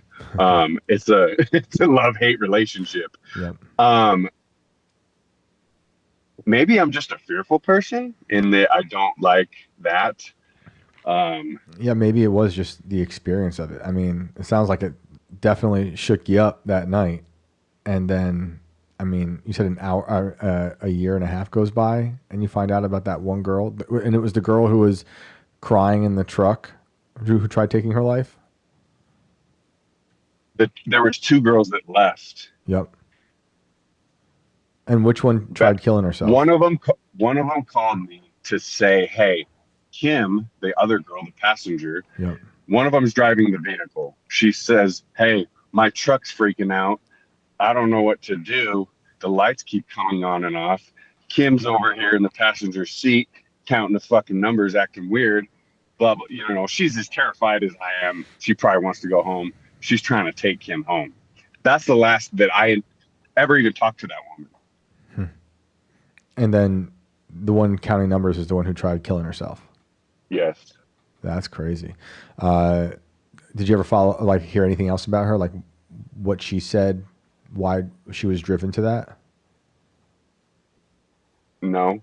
I didn't I didn't really want to pursue any of that. Yeah. I don't blame you. No, I didn't. No. Yeah, it's dark. You guys are just driving around Ouija boarding. Hey man, there's not a lot to do in Wyoming. I do notice the common theme with Ouija board stories is women. They always want to play with these things. Like, yeah, actually, you know what? That's true. They're always. We talked about that the before, problem. have we go back and listen to? Did we talk about that? I was like, why is it always women? They love Ouija boards. Guys, stop messing with the Ouija boards. Ah. I've never used one. I've been around them. I've seen them. But man, we've had a lot of people call in with some crazy Ouija board stories. I mean, this one's extremely dark. I mean, the only time we ever messed with one, we were definitely just trying to fuck with each other, and right. It was like, hey, what's talking to us right now? And we would spell out like a dildo, or something stupid like that, and it was just like, oh, and that's about as fun as we got out of it. No weird shit ever happened, which was cool. Yeah, it sounds like, I don't know, some people swear that they could open up something. Yeah, they're dark. Yeah, but man, I don't know. That happened. I mean, there's nothing. I changed 0 parts of the stories. That was over, you know what I mean, over 10 years ago too. So it's like, maybe, I don't know, man, but I do know that woman tried to kill herself, and I know I watched that bird hit the car, and I looked back and it was dead. I mean, I watched that happen. You know what I mean? Like, that's a lot of weird things to happen on the night you play with a Ouija board. Yes, it is. Nah, I'm good. I would like to say that I have given myself to Jesus Christ. I'm not formally a guy who reads the Bible or anything like that. I would like to get more into that. Incredible. I haven't even been baptized, but well, that's okay. I do know that. Go ahead. I was just saying the baptism is just, in my opinion, from what I understand, just like an outward expression of the inward change that you've had. So definitely. I think it's Right. good to do, but it doesn't mean, that you're like official this or that. In my opinion, I mean, there's so many different people out there with different takes on it. So I'm sure they'll comment those takes, but that's my take. No, yeah, for sure. And I've heard that also. I do know that I was always raised. My dad raised me. He would say like nightly prayers with me and stuff, and he kind of instilled in me. And so maybe it's just a thing that I turn to easily, was to pray in the name of Jesus Christ. And I have read some of the Bible and go to church occasionally when I can. There are some things that I don't know that I'll contradict, when I was young at some point, and it was like, that's not, how it goes. But as far as my God story, I'll give you one that, two things real quick. I won't take up too much time. When Tim had that debate with the Catholic and then the guy from, it was Alex Jones's show, Protestant, and they were arguing about something. It was on the culture war. Okay. This was, do you remember that? I don't know the people's names. I didn't watch it, but I know which one you're talking about. Yep. So, and there's something that stuck out to me. They're talking about the Catholics wrote letters to something in like the 13th century. And I don't, forgive me for not knowing exactly what it is. Okay. I'm not a historian. And they wrote something, and Tim even commented on it. And they wrote something that said, and this just changed my view just recently. They wrote something that said, not on Catholics,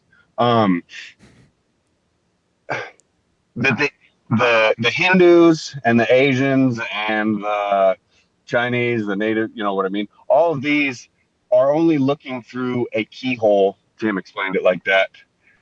And they're seeing a part of God's glory, but they're not seeing the whole thing. Those who come to Jesus Christ or Christianity or Catholicism will open the door, right? And for some reason that stuck out to me, rather than, because I was thinking that these people or these different religions have their own God, you know what I mean? And maybe they still do, but it was a little profound to me to think that the Catholics were like, no, they see some of it, they're just not going to see all of it. Yeah. You know? That's interesting. It was interesting. And I don't know if I agree with it, but it was a different perspective, because for me, I always argued, hey, I've seen people come to God through different vessels. And then, you know, these guys hundreds of years ago are saying, yeah, you can do that, but the only way is this way. Yep. You know what I mean? Oh yeah. And that stuck out. Another thing, I'll leave my last God moment. This is a recent one. When I was younger, I always wanted to. I'm not a musician. Okay, I'm not. I wanted to play. I heard the piano and I wanted to play the piano. Right. I had a buddy that played the piano. I had another friend that sang with the piano. There's something that in the piano music kind of spoke to my mind and heart. I talk about how it's music to me from my heart without any words. I don't know if that's weird, or I don't even care really, but that's how I felt about it. Right. Yeah. So for my 30, and I've told my wife this, we've been married almost 14 years. Awesome. And she, for my 30th birthday, she's like, I got you piano lessons. Cause I'm like, no way, sick. So I'm learning piano, right? I'm not really good. Okay. Weird. It takes a while, counting music and stuff, but it's something that I like to do. And I'm fulfilling this thing that I wanted to do as a child, or something that speaks to me. Okay. So I bring my daughter in. Okay. And I'm like, hey, we're going to go to piano lessons together. And it's not like big lessons. It's this lady from a church. We go through a book. My daughter's in a different book, blah, blah, blah. It's easy. That was maybe 5-6 years ago, right? Just recently, this comes to me. We have, each year we do a recital for like this old folks home, okay?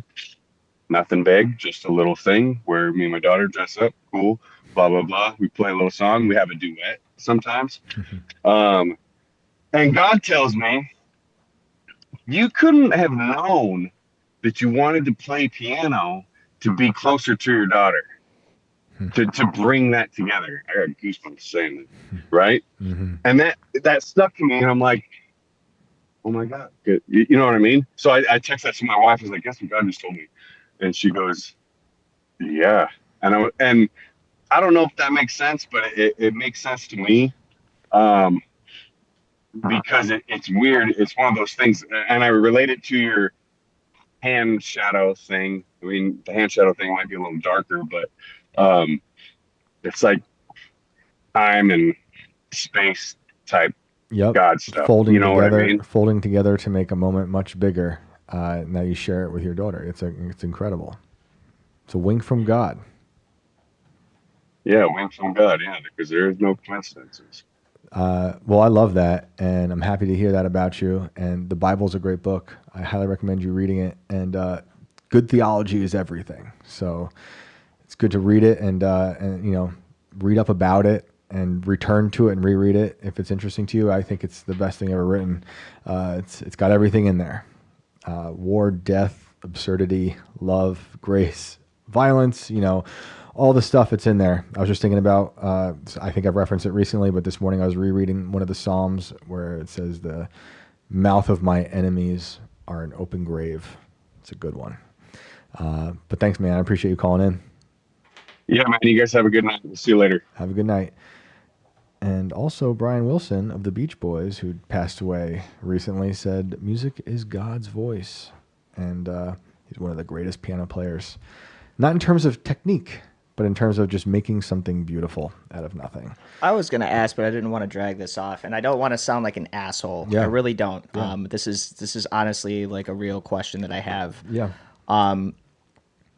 For the people who I know, people have said that they've heard God through things like that, through music, through other conduits, but there's other people that I've seen say that God has physically spoken to them. Yep.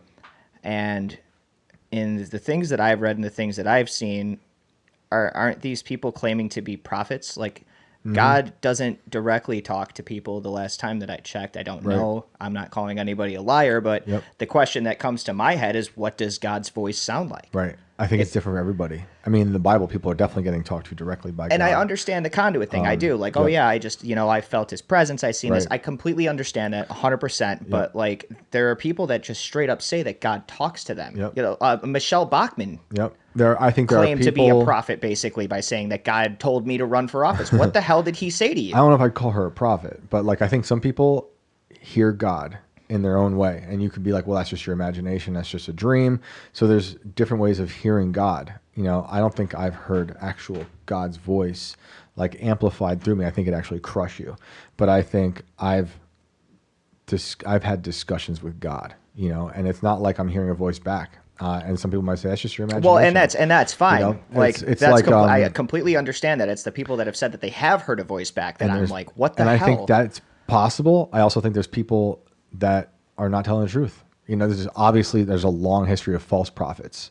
There's people saying that God told them the world would end. Those people who say like, it's like a cult, and it's like a Christian sect, and they're like, God told me the world's ending on this day, the rapture's coming, and everyone sells off all their goods, and they are still here.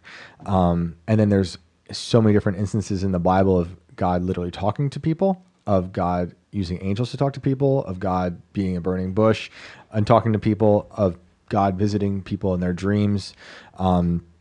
It's always something different. So I don't think there's just one thing. So when he says it, I'm not sure exactly how it came to him. It could be like it came to me through like a thought that felt like a divine thought. Maybe he heard a voice. To me, it's mostly been asking for something, not material, and then it somehow materializes. Not like a thing, not like money, not like a gift, but like some sort of sign. And that doesn't always happen, but there was a major one that happened. I was asking for a sign, and then like the very next day, it was like, to me, undeniable that this was divine intervention in my life. And I had been working on prayer for so long I felt like a fraud and didn't know how to pray, what prayer meant, even though growing up, going to church, like here and there, you know, not really understanding or feeling anything about it. And then spending like 2 years really just trying to pray, because my son was born in 2016. He had been in the NICU, and that was very stressful. And I felt like I should pray, even though at that time I was an atheist.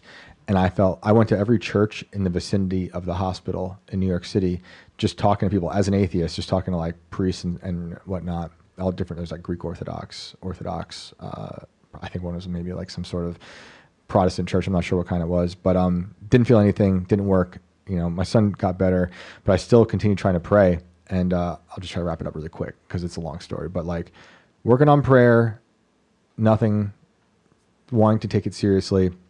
And I asked God one day, I was like, just like, show me a sign.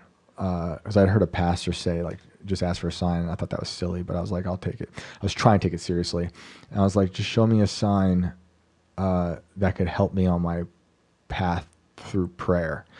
And the very next day, there's lots of things that brought me closer to God, but this was just one instance. It's not like the one major thing, but this is one I throw in there. The next day is when Tim hit me up, and I was sitting in church actually, because I was bringing my kids to church despite at that point me not having faith. Tim was like, come by tomorrow because something crazy is happening.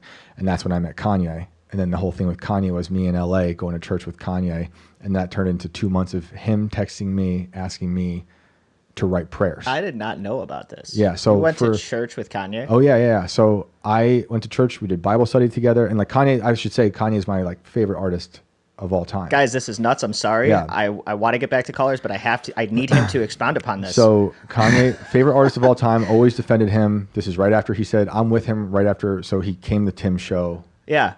He walked out. And I heard about all of that story from Tim, which is nuts. Crazy Absolutely story. So nuts. Tim, knowing that I was a fan, hit me up. I happened to be sitting in church right before I asked for that sign from God. And I knew, I was like, oh wow, this is crazy. Show up, and I'm just there to watch. I'm just there. I'm not even on the show. Kanye walks off. I intercept him. I tell him he should go back on the show. He's like not having it. And like Nick is there, Milo's there. They're about to leave. Me and Kanye hit it off. We talk about his opera. We talk about Jesus. We talk about the gospel music. And he says, fly out to LA. So in 2 days, I fly out to LA. While I'm at the airport is when he says he loves Hitler. Everyone's telling me don't go to LA. Oh, shit. I almost don't go to LA because I'm like, he's not even going to be there. I land. Nick Fuentes gets me to Kanye. Milo is not there at that point. And I spent that first day with just me, Nick, and Kanye talking for like hours at the Yeezy headquarters about everything. Art, what happened with Alex Jones, all that stuff. And that ends. I was like, that's great. I wrote a story. And then I was going to write a story. Then he invites me the next day to church. We go to church, go to Bible study. And then that ends up with me and him doing his studio, watching music, da-da-da-da. Anyway, I go home. I'm like, that was a crazy experience. You know, I'm watching it. I'm in his car. He's rapping, Watch the Throne, all this crazy stuff. It was insane. And going to church with him was fascinating because he's also yelling at Elon Musk in the hallway about being banned on Twitter. And but like we were taking church seriously. He was taking his Bible study very seriously. And I told him I was trying to take religion seriously, and Christianity in particular. And I go home. I thought that was it. Though I'd never hear from him again. Then we spent like 2 months him hitting me up, and I'd have to write prayers. I never told him about the prayer thing, right? So now after 2 years of trying to know how to pray, now Kanye, is having me write prayers for him. Some of those prayers went on Truth Social. One of those prayers was actually me, him, Owen, and Nick asking, this is ridiculous, but asking Trump to be his vice president. Holy shit. But it was like a prayer with a little bit of humor to it. But like there were very serious prayers. And I spent a long time and then whittling them down to like what a good prayer meant, what was a prayer, how you define a prayer. And it was incredible. It was like a prayer boot camp. Wild time. So it's a crazy story, dude. Well, that's insane, man. It was crazy. It was a crazy time. Well, now we all know. Yep. You heard it here first. All right. So we got about 15, 16 minutes left. Let's get back on the phones. Let's do it. Calls have been super long today. Shane wrote Heil Hitler. No, I did write lots of lyrics for Kanye. I probably wrote like 3,000 lyrics for Kanye. And he swerved into Vultures, which was very different than the stuff we were talking about. Wild time. All right. Let's bring on Jeff.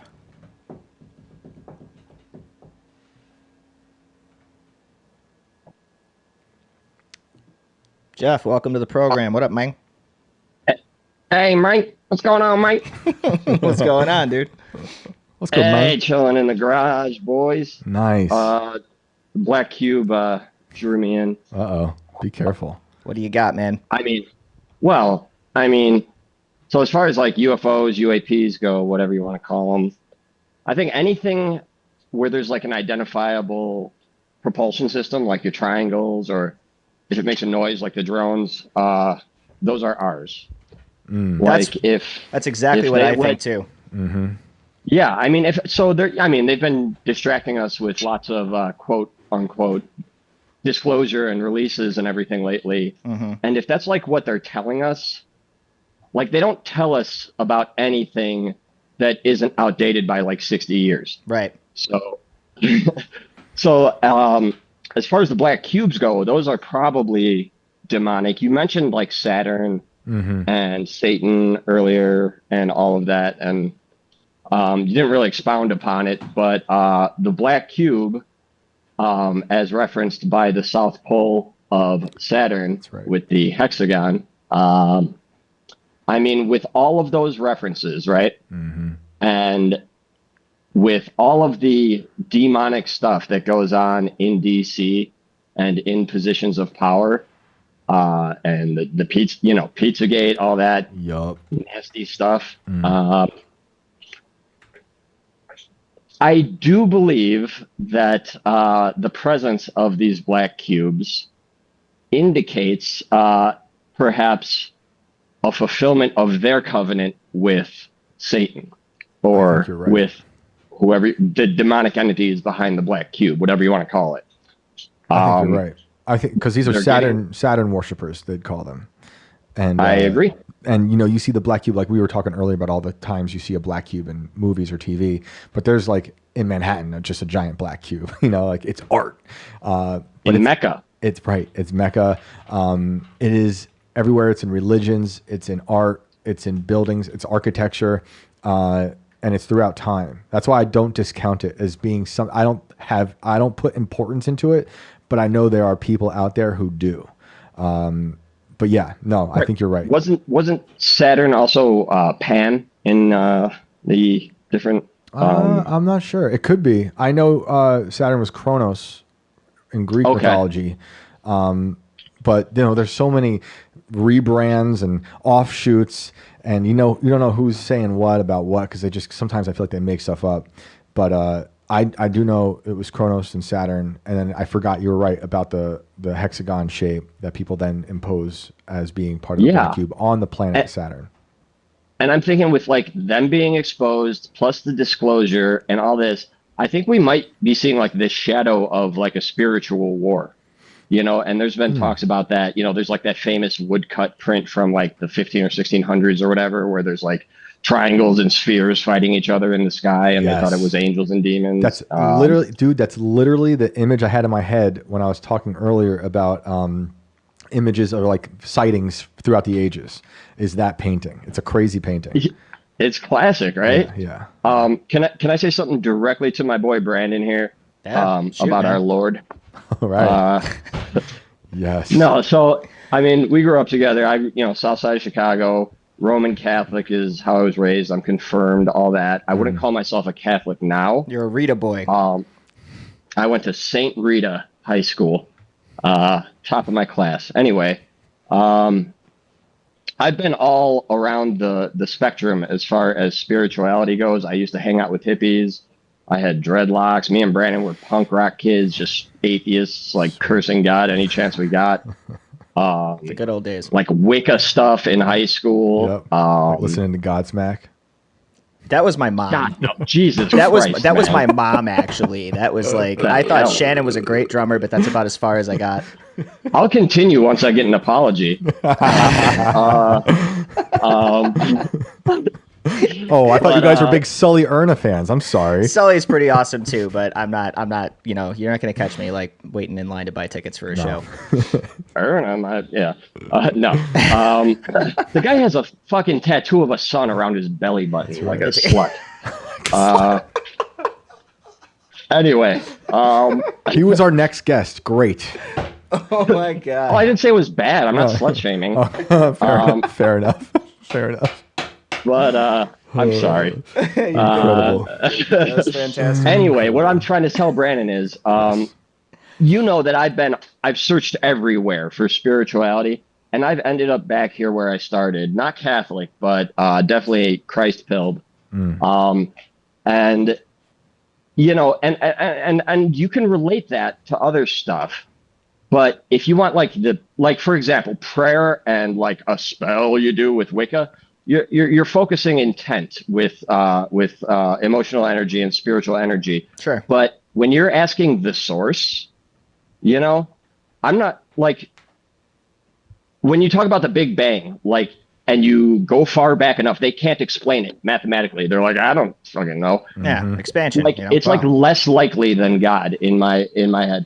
And if you ask, you know, if you put that intent out there to show you a sign, I believe you will see one.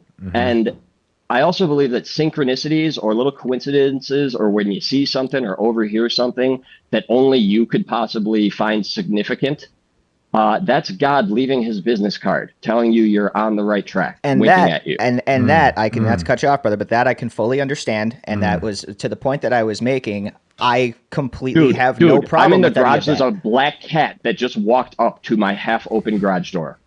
What the hell? Get out of here.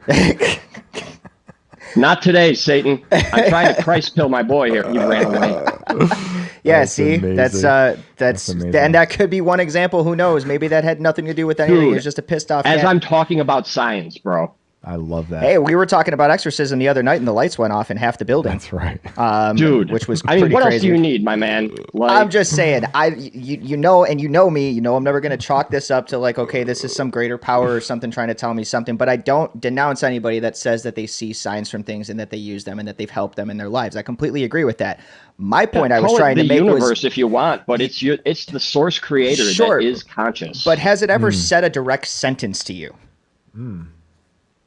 That's no, what I think that's called schizophrenia mostly. Yes, but, that's what I was getting at. Basically, that was the point I was trying to make with that. Not that I don't believe in signs or anything like that. I've seen them. But if you are part of that, and you're an expression of that, then you know what's different about that than any conversation you have with yourself in your head, besides the feeling you have while you're having it. For me, the fact that I felt like I was answering my own questions and I was really looking to within myself for guidance, not anything that I was expecting to have an answer appear from. But that's just me. Yeah, well, I mean, looking in is a big part of it too. But like when something comes to you that's not you, like you'll know it. Yeah, I've begun, years ago to think that my imagination is not just unique to me, that it's a conversation that I've been having Brandon, here. with God. When you're playing drums, dude, drums, have you ever been like in like a flow state where you did some shit and you're like, I don't even know how I did that? Well, sure, but I still think that was me. There's times where, I lock into a pocket, especially during live shows and stuff like that. And you'll just pull something out of your ass that you didn't even think about, and it just flows like from somewhere. Right, but I've also... It's not something you conceived of. No, but I've definitely spent decades honing that craft. And in my opinion, creativity, that's where that comes from, is sometimes spur of the moment. What the hell am I going to do? Knowing timing is a huge thing for me. I know, okay, cool. I've got 4 seconds here in a 4 count. I'm going to fill it with something to match that time. And I'll pull some stuff out of my ass. But not literally for all you comedians out there. I'm not pulling things out of my ass, but not that's Lindsey a gift Graham. You were given is drumming, right? That's a gift you were given, and you focused your ass off on that.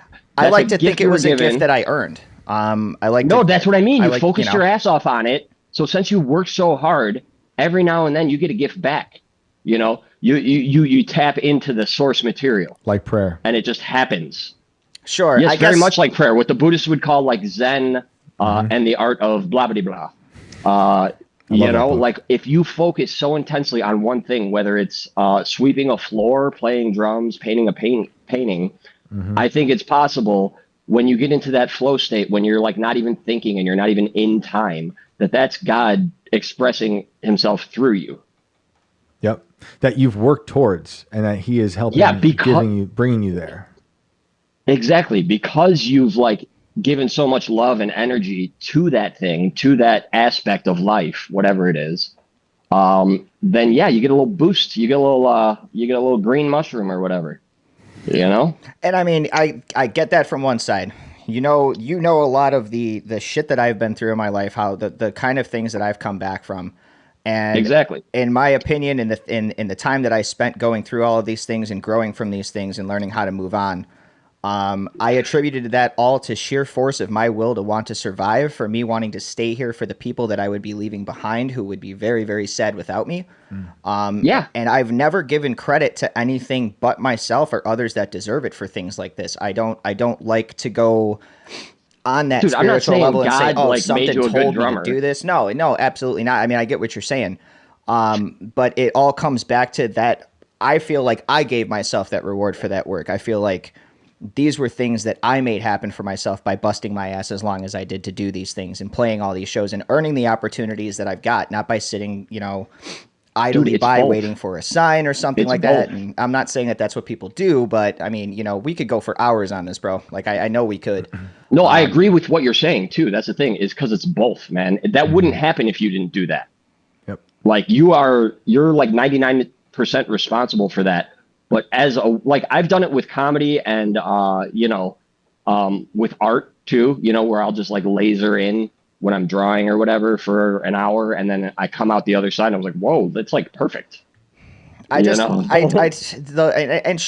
100%. I just don't, that line that's drawn there between like talent and something given to you by God is really been a huge thing for me my entire life, because I don't like to think that these things were given to me. I like to think that I developed them on my own, and I'm going to say that with emphasis, on my own, without help from anything else, because I know a lot of the things that I've had to do, I was not offered help, I wasn't given help, and I didn't ask for help on purpose because I wanted to do it by myself. So it's really hard for me to think on the other side. That's not what I'm saying, though. That's not what I'm saying. But accepting a gift back, from the universe. The only reason you can tap into that, and it's like you tapping into it. It's not like the spirit flowing through you. It's like you can tap into that because you've spent so much time and focus and energy in your life on that one thing. That in itself is like a thank you for just being alive and for being able to do that thing. And like, if you didn't work so hard on it, and if you didn't spend so much energy on it, you wouldn't be able to tap into that flow state. Not any like religious asshole can just tap into like that thing and just pull some awesome drums out of their ass. You have to spend thousands of hours on it, and it's whatever that thing is for you. And that doesn't take anything away from you, man. That's the thing, is like, because you worked so hard, you're able to do that. Do you get that? Like, I'm not trying to 100%. I'm not trying to say you didn't. I'm not saying you got help. No, I get it 100%. I get it Like, 100%, bro. I get it 100% what you're saying. 100% what you're saying. I was where Brandon was just some 5 years ago. I guess. Me too, though. Maybe 10 years ago.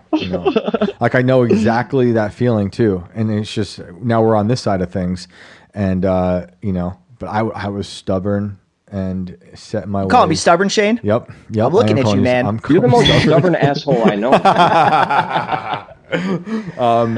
Yeah, I totally understand and relate. And I hear what you're saying, dude. Man, that was good. Sorry for taking up so much time. I love it. No, you're good, man. I'm trying to Christ pill my best friend. I love it, bro. It's great. We got to call back and keep working on it. And if the black cat comes back, see if it has any stories. Dude, that cat comes back, I'm throwing a piece of wood at it. That's ridiculous. Oh man! All right, man. You're the It's man. we'll get more into this when I get to Chicago. I'll buy you a beer and we'll go over the hard points of this. But yeah, Yes. I definitely work call for back. my beer. I don't need anybody to buy. I work hard at drinking Oh, beer. I see what you did there. I see what you did there. You know, but the way I see it, you earned that beer, and maybe that's just God saying that you deserve one. You know. Oh my goodness! Incredible. I love you, man. Love you too, brother. We'll See you, talk to you man. soon. I right. looked down at the Good chat night. and somehow we're on Slipknot. I don't know how we got here. What? People are talking about Slipknot. I saw Duality, Slipknot. It's because you brought up Godsmack, That's amazing. Well, I love Slipknot. and somehow it's segued to Slipknot. Vermilion 1 and 2. Yes. Yes. Great. Maybe because we were talking about drummers and they were talking about Joey Jordison. I was trying to look back. Okay. Rest in peace, Joey Jordison. Someone said Chevelle was not good. Where did that say?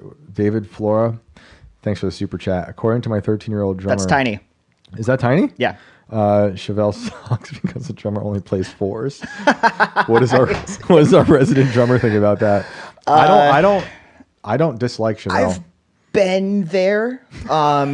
It's a shitty place to be, stuck in the fours, man. It really is, because it really feels like it's almost like writer's block. Like you can't get out of the fours sometimes, and it's really just gaining an understanding and being more comfortable with getting into other things. Like 3/4 for starters, and then move on to like 5/6, whatever else you want to dabble into. But most of the time, I didn't tend to go outside of that spectrum unless my guitar players were writing some insanely wacky shit that made no sense, and I had to just kind of learn to grow with that. So. I think for some people's sound, it's completely okay. And a lot of people don't like to change their sound. I revel in the guys that do. I love when bands try to evolve and change their stuff, even if it's not better than their original shit. Yeah. Like you're trying to evolve as a musician, and I think that's beautiful. So Totally agree. I mean, I was thinking about drummers, was it today or yesterday? Pete Prada. We know Pete Prada, formerly The Offspring. He's one of my favorites. Yeah, I actually got to meet him in Chicago when we went back for Tim's thing. Yep. And I got to spend a played. couple minutes talking to him. And he invited me to play his drum set. Dude. And I was like, He's such a good drummer. That's fucking Offspring. Such a good drummer. He posted something about what we were talking about. Now we're talking about drumming, but here we are. I love drummers. Talking about Josh Freese, the whole Josh Freese. And someone said Elon Newfound thing. Glory, Cyrus is amazing too. Oh, yeah. I've worked merch for those dudes and seen them so live a good. bunch of times. They're one of my So all-time good. favorite bands, and So good. Cyrus is just fucking awesome. I told Pete, I was like, dude, I don't even know how to play drums at all, but I will spend hours watching drummers talk about drumming. Mm-hmm. Jimmy John Chamberlain, Otto from Limp Bizkit. dude, amazing. Phenomenal drummer. Amazing especially drummer. live. Oh my God. The Slipknot drummer that they had, the new one is great. All the drummers they've had are great. They had, what's his name from, actually, I talked about the E Street Band earlier, and it was a drummer from Conan O'Brien, who's a drummer for the E Street Band. His son was the second to last Slipknot He bounced drummer. around and did a lot of those shows. But he was a part of like a lot of hardcore bands and stuff, And I love a lot of those drummers from like Dillinger Escape Plan's first drummer, Chris Penny. Derek Grant from Lagwagon and Alkaline yeah. Trio. Great The drummers. guy from Angels and Airwaves is now playing for Angels and Alkaline Airwaves. I Trio. always forget about that because band. he left the band either Yep. earlier this year or last year. So they wrote a new album with the guy from Angels and Airwaves. Travis Barker. Travis Barker is one of my is part of the reason why I started playing drums. Yep. After I saw the Pop Disaster tour in 2001, it was them and Green Day. Green Day wasn't even headlining, and they lit their drum set on fire, and I was just like, I want to fucking do this for the rest of my life. And then Travis pulled a Tommy Lee and strapped himself down to a gurney, and they raised the drum set over the crowd and started flipping him around, and I watched him do a drum solo from like right above me. And I knew at that point I wanted to be a drummer for the rest of my life, no matter how it worked out. Drummers you guys are a different species. Call me an alien? Yes. I mean, you are probably the closest thing to an actual alien because there's just drummers are different.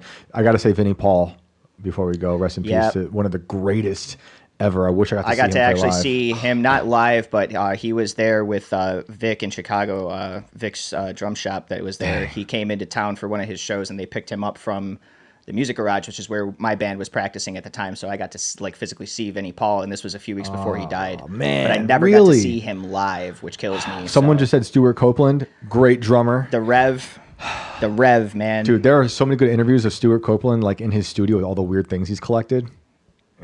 Drummers are awesome. Yeah, late Neil Peart, obviously one of the greats, one of the best of all time. So Inverted World Live is just going to talk about drummers now. From now on, every episode. Yeah, we're running over time talking about drummers. So sorry, folks. I love drummers. It's just they're fascinating. You guys are fascinating, and I think a good drummer can make the whole band.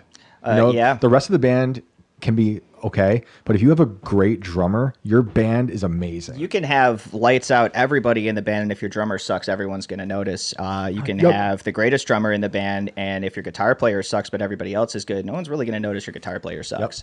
Yeah, I totally agree. He can totally hide. Totally agree. Dude, one of my favorite bands was from our local band we had. They used to be called When Dreams Die. Then they became Robots and Empire. Their drummer, Jay Pettigene, one of the greatest drummers ever. I would go to every show and watch him play. He was amazing. He is now, for anyone out there who's into the hardcore world, Jay is the singer of Mind Force, which is crazy to me. They like blew up big time. But I know Jay as the drummer from those bands, When Dreams Die and Robots and Empire, were amazing bands. And now he is an incredible singer in the hardcore band Mind Force. Dude, the Mars Volta, I think they grabbed the guy from Dillinger. Yes. The guy that plays for Circus Survive. Unbelievable. Circus Survive, great band. Unbelievable drums, Circus Survive's band. I absolutely love that drummer. He's one of the most out-of-the-box thinking guys I've ever heard in my life. Who was the black drummer from Mars Volta they had for like 2 albums? Pridgeon. Thomas Pridgeon. Yeah. That drummer, incredible. He's incredible. So, yeah, Alex is out there. I hope you clip all of this for... clip this for drummers. Clip away, Alex. We're a drum show now. Somebody said inverted drums live or something on there in the chat, I think. Sick. Yeah, well, that is. I mean, if you turn it upside down. That's what Travis perfect. did. Awesome. Well, that was fun. Sorry about the callers. We went overtime with stories. Me telling stories, Brandon telling stories, but I love hearing these stories. Brandon, where can they find you? You can find me on Insta and X at Brando Inverted. Send me all your weird shit. We'll get into it. Don't forget to stay weird. And Shane, it's great to have you back, brother. Oh, it is good to be back. Thanks again to everyone for the messages. It was incredible. Thanks again to Brandon and Ian for rocking it last night. Really appreciate it. You guys, thank you. And you guys have a great night. We'll be back tomorrow. We'll see you later. Bye.